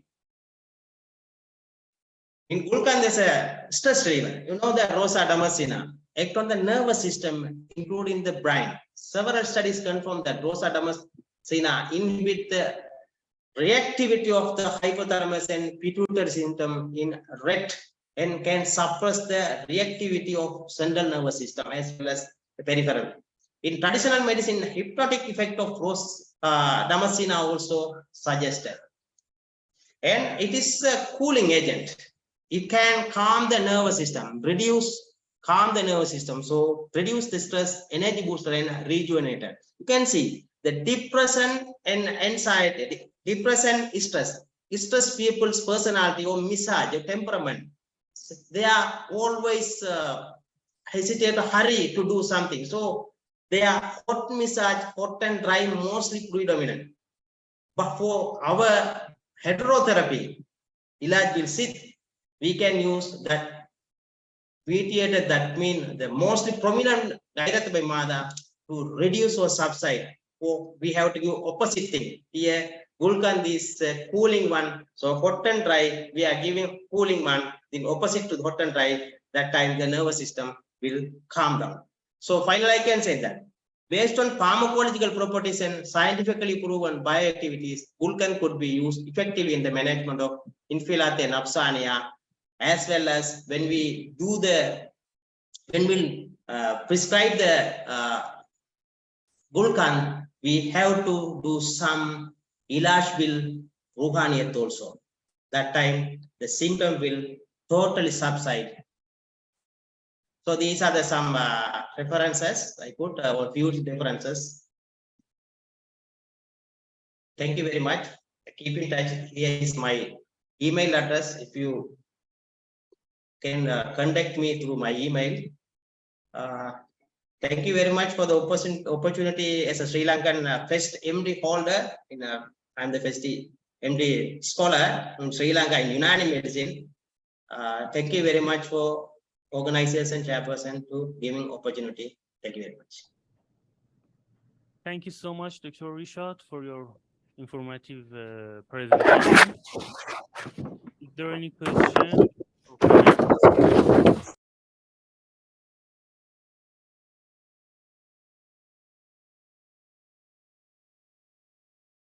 Okay, it seems there is no any question or comment.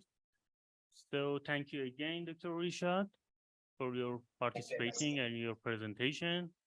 Let me continue the session with the presentation of Dr. Zahra Shahravi from Iran. Dr. Shahravi.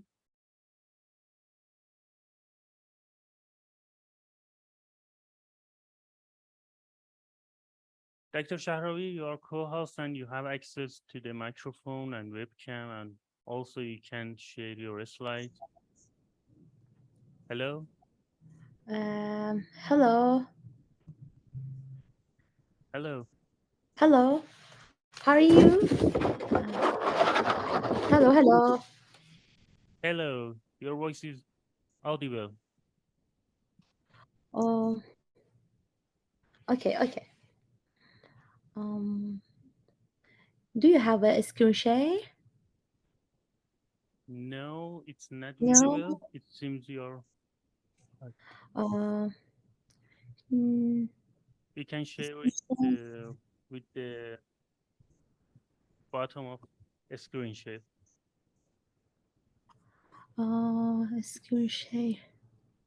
I'm scared. Yes. Do you have my presentation? Yes. No, it's Yes. visible. Alginate, do you say? Do you see my presentation? It's visible. Okay, Yes, okay. it's visible. Please start the presentation. You have 7 minutes Okay. Hello, for your everyone. presentation. Thank you. Hello, everyone. Thank you for time. This is Zahra Shahravi. I'm going to talk about our teamwork, which has done 1 year in the field of the eczema treatment at the Skin and Stem Cell Research Center of the Tehran University of the Medical Science. Um, Alginate-based nanohydrogel containing rosa damascenta nanoemulsion efficacy in the contact dermatitis treatment. I'm Zahra Shahravi, and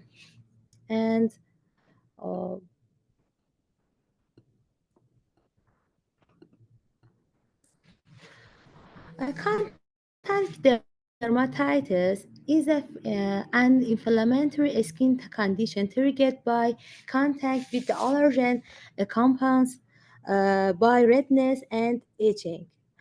Common treatments for eczema that include corticosteroids have a negative side effect.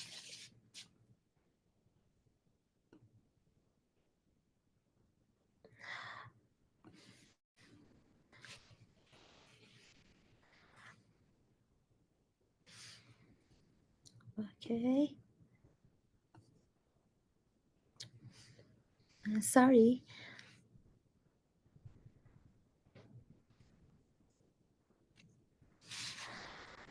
This extract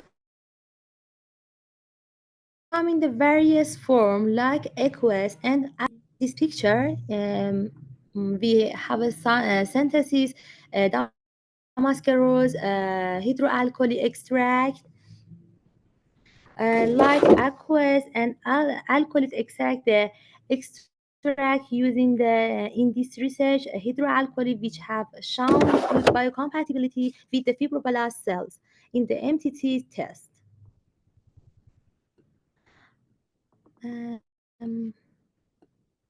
Picture.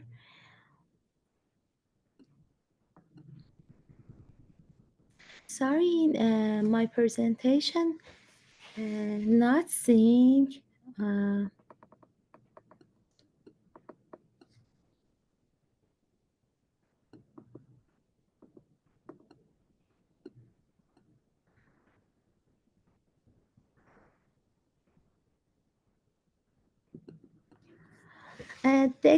Damask rose extracts contains various natural compounds that aid in the treating eczema, such as the phenolic compounds with antioxidants properties and vitamin C that promote collagen production.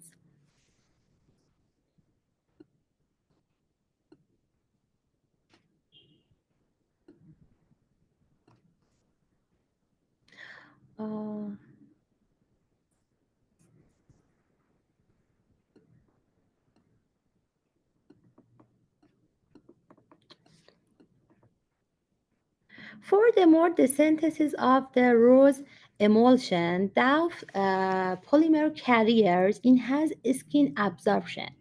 Nano carrier enhance absorption and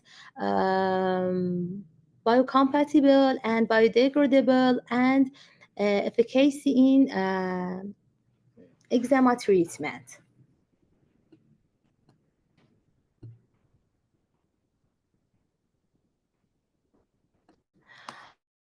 This hydrogel is made of the alginate and is ideal for skin repair. Microscopy image reveal that the hydrogel size is under 50 nanometers, providing an appropriate environment for signaling growth and repair. FECM microscopic in my project. Results indicate that nanohydrogel containing rose emulsion can be beneficial in the eczema treatment, but research is ongoing.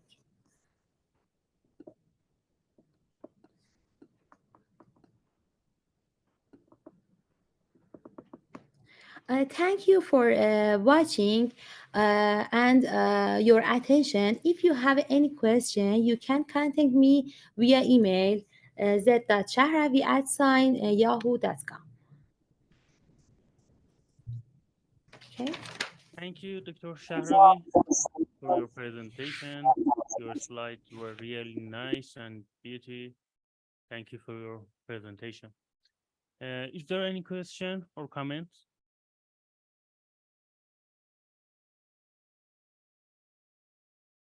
Okay.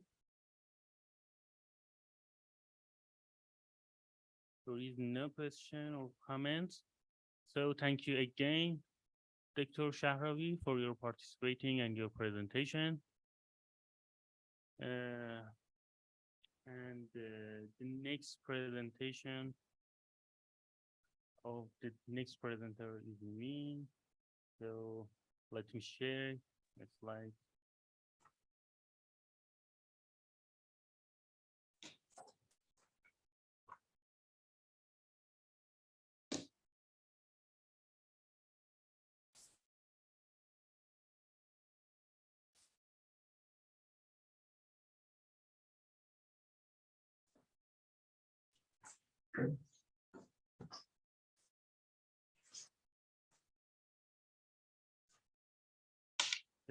Dr. Wasami, are you ready?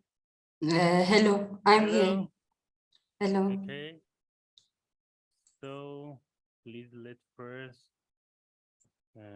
Let's me to share the desktop. Let me stop sharing. Okay. Dr. Wasami, you have 7 minutes for your presentation and 3 minutes for Q&A. Yes, thanks. I'm here. Sorry.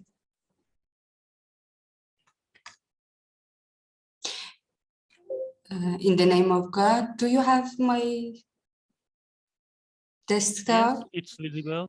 Yes, it's visible. Let's. Hello, everybody, ladies and gentlemen. I'm Dar Bassemi from the Lauriston University of Medical Sciences, and my presentation is about comparison of aromatic therapy with rose water and breast milk on pain and physiological responses caused by pentavalent vaccine in injection in infants. This is a brief report of the thesis for medical sciences in nursing, and my colleagues are Dar Balizadeh and Dar Mohammadi, and my students is Nasrine Baharvand. All of we know that infancy is the most sensitive and important and vital period of human growth and development. Vaccination is one of the most common painful events for infants. And being exposed to the painful stimuli of medical procedures during the infancy period can be associated with lots of negative effects, such as predictive fear of the procedures in the future, reduced compliance with future immunization programs, increased sensitivity to pain, negative effects on behavior and attitude to healthcare, and some others negative effects. So we must need to relieve the pain of medical procedures such as vaccination to modify those effects on infants. Non-pharmacological interventions are valuable options for pain management because they are effective, simple, low risk and cheap methods. And one of these methods is the use of the sense of smell. Despite the pain caused by the vaccination cannot be completely controlled, but we can decrease its amount and intensity for infants. So we do this study with the aim to compare the effect of aromatotherapy with rosewater and breast milk on pain caused by intramuscular injection of the pentavalent vaccine in the infants. This study is a randomized controlled clinical trial. The sample or participants were 111 2-month old of age infants who referred to the health centers of Hormuz City in 2020 to 2021. Sampling method was at first convenience method. We use the convenience method to enroll infants in the study according to exclusion and inclusion criteria. Then they allocated to the study groups using the stratified random block table according to the gender and body weight. We have 3 groups in this study, a group of rosewater, breast milk, and the control or placebo group. In the breast milk group, mothers express several drops of their milk in a private room. Then 5 drops of milk were poured into a cotton ball. In the group of aromatotherapy with rosewater, 5 drops of rosewater from Barich Essence Pharmaceutical Company of Kashan with 12% concentration were poured into a cotton ball. In the control group or placebo, cotton balls without fragrance were used. In all of the groups, cotton ball was placed 3 centimeters away from the infant's nose with the mother's non-dominant hand, and the aromatotherapy continued from 1 minute before the injection to a maximum of 3 minutes after the injection. Vaccine injection in all groups was done by the same nurse with the same type of syringe and needle, and in the same way, in the same muscle. In all groups, the mother was taught to hold the infant in her arms without applying pressure or shaking the infants. The pain was measured at first by an instrument, the Modified Behavioral Pain Scale, MBPS, For this purpose, all infants were filmed from 10 seconds before the injection until 3 minutes after the injection. Then, two evaluators, without knowing the type of intervention, watched the video of each of the infants simultaneously and completed MPPS scale based on the infant's behavior.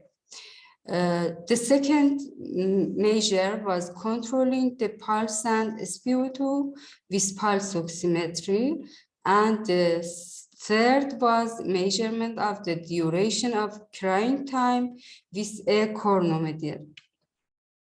The data were analyzed with chi-square pair t-test, repeated measures, analysis of variance, ANOVA, and two key post-hoc tests.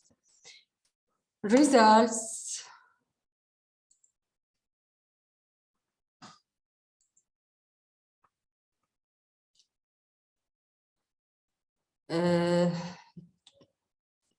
Analysis of results showed that there was no different statistically significant difference between the groups.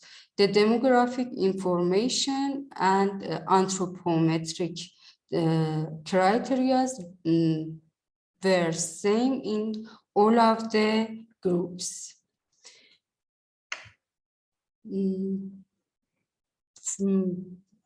Comparison of three groups show a significant difference in average pain score, SpO2, and duration of crying between the groups. But about the pulse, there was not any difference between the groups. And here we have the post-hoc test ANOVA for present comparison between two groups. As you see, the behavioral pain score was different between the groups by significance of 0.001, and as you see, the minimum of behavioral pain score related to Rosewater group, then the breast milk group, and at last the control group. In SpO2, again, we had a different significance between the groups by significance level of 0.019, and again, the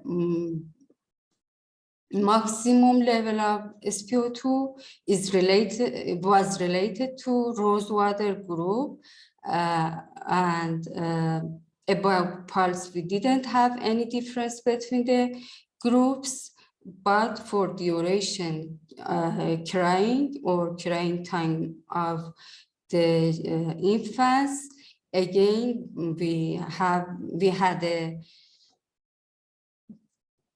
significant difference between the groups by significance level of 0.001 with minimum time duration in the Rose group for crying of infants. According to the mentioned findings, aromatotherapy with mother's milk, and especially with rosewater, is effective measure in reducing behavioral pain responses and improving physiological indicators after vaccine injection in infants.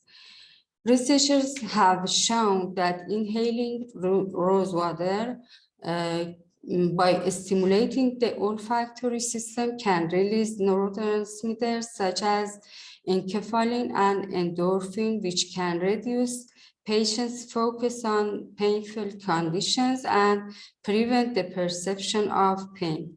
Also, the flavonoid compounds in rosewater are effective in relieving pain. And again, the substance 2-phenylethyl alcohol in it may be a pain signal inhibitor that blocks pain receptors and reduces pain. The use of rosewater is recommended as one of the non-pharmacological pain management interventions for infants undergoing the pentavalent vaccine injection. It is a cheap, familiar, and acceptable sense in Iranian Islamic culture.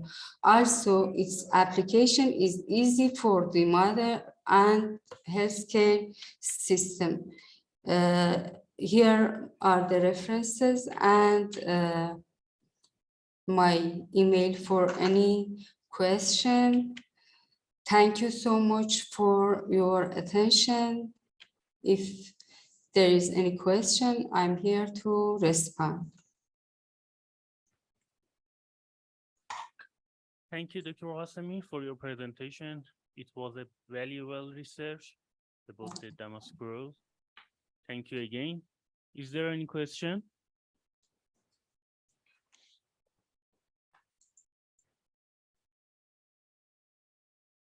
Okay, it seems there is no any question or comments. Thank you again, Dr. Hasemi, for your presentation.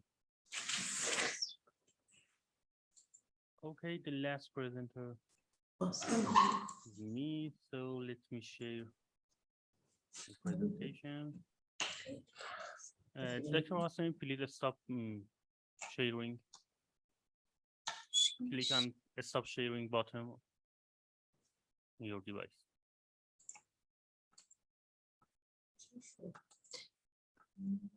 I don't know why it's... I do it. Okay, it's okay.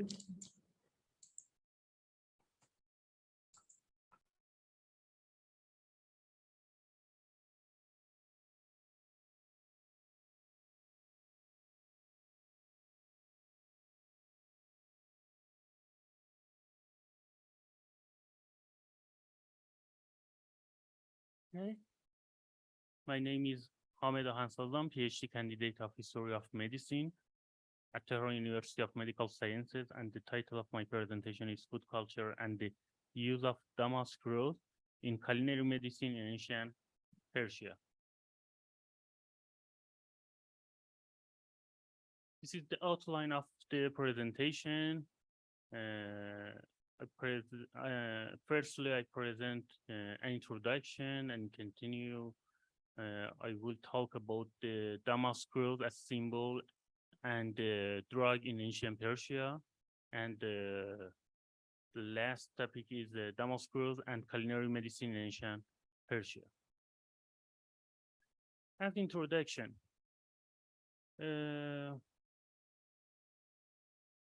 most of us consider culinary medicine as a new field that combines the art of cooking and the science of healing, science of medicine, with considering the emotional, cultural, and social aspects to healing and preventing and prevention the disease. It's a new term, but this approach is not new. We can see this approach in ancient time, especially in Persia, Mesopotamia, and other civilizations in that time. And in this presentation, I will try to present to you this approach in ancient Persia. Damask growth as symbol and drug in ancient Persia. The people of ancient Persia considered the damask rose as a symbol of love and beauty, and they show the love and beauty with this flower. And about the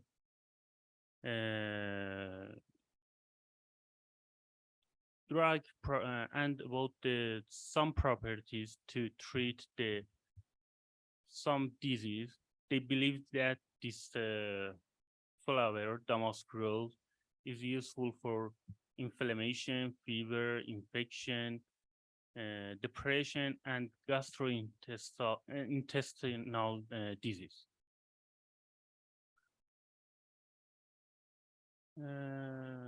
In the next slides, I want to show you this dessert and food as the food and dessert that use to treat and prevent to disease, and the role of damask rose in the ingredients of this dessert. The first dessert is the ferni. This is a Persian traditional dessert in Iran that made with milk, rosewater, sugar, saffron, and rice flour. This dessert used for gastrointestinal disease, especially in children, and the people of ancient Persia use this dessert to treat the gastrointestinal disease.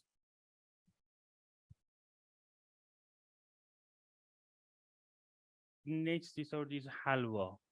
The name of this dessert is an Arabic word, and the latest recipe for this dessert comes back to the 800 years ago, but we can many description in historical texts from ancient Persia that talk about a dessert that is so similar with this.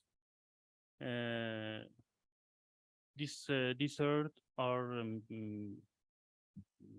these ingredients: flour, rosewater, sugar, oil, and saffron. The people of ancient Persia use this dessert to change the atmosphere of some ceremony, and they use the aromatic properties of rose water in these ceremonies. Also, they use the petal rose to garnish this dessert. So they know that they knew about the aromatical properties and aromatic properties of rose, damask rose.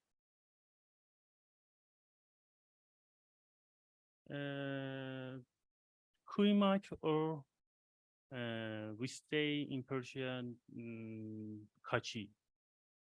Kuymak. This is a Turkish dessert, but we have many texts about this dessert in ancient Persia, especially in the Mesopotamia region.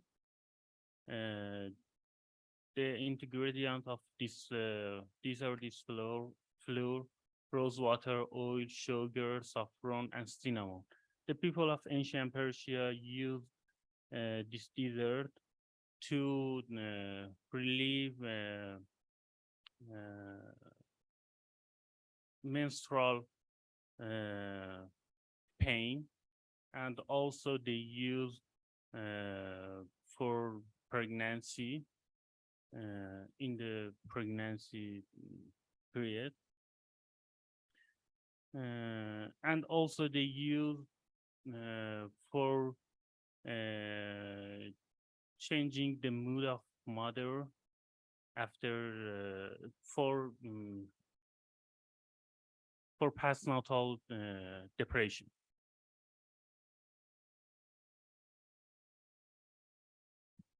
And the last the last item is a food that the people of Persia, the people of ancient Persia use it as a great main dishes in their ceremony.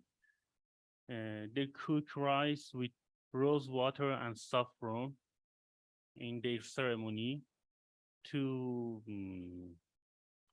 use the aromatic properties to change the mood of and the mood and the atmosphere of the ceremony in their fun.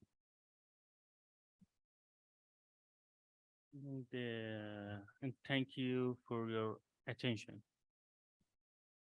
Is there any question?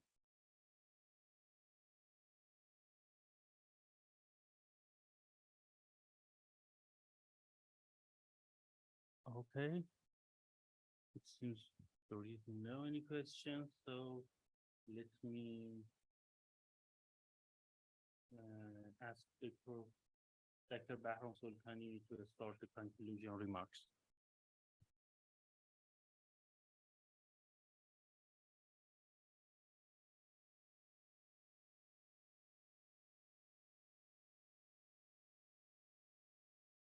So thank you very much. I don't want to take your time too much. I just want to appreciate all the institutes, scientific institutes who were co-organizers in this symposium.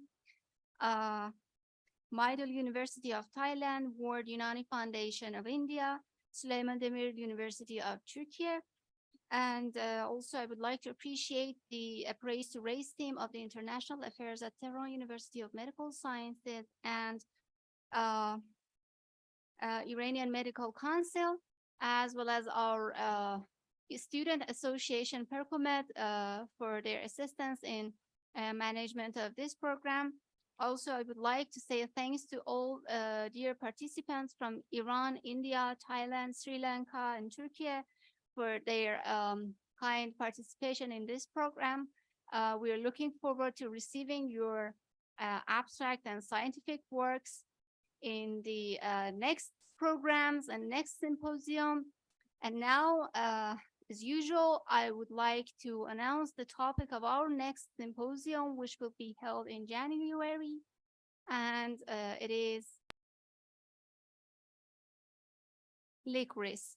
For the next symposium, we would be glad to receive your abstracts. This is actually the primary poster. The final poster would be shared on the symposium webpage, and we will send the link for all of you who are willing to participate in the next topic.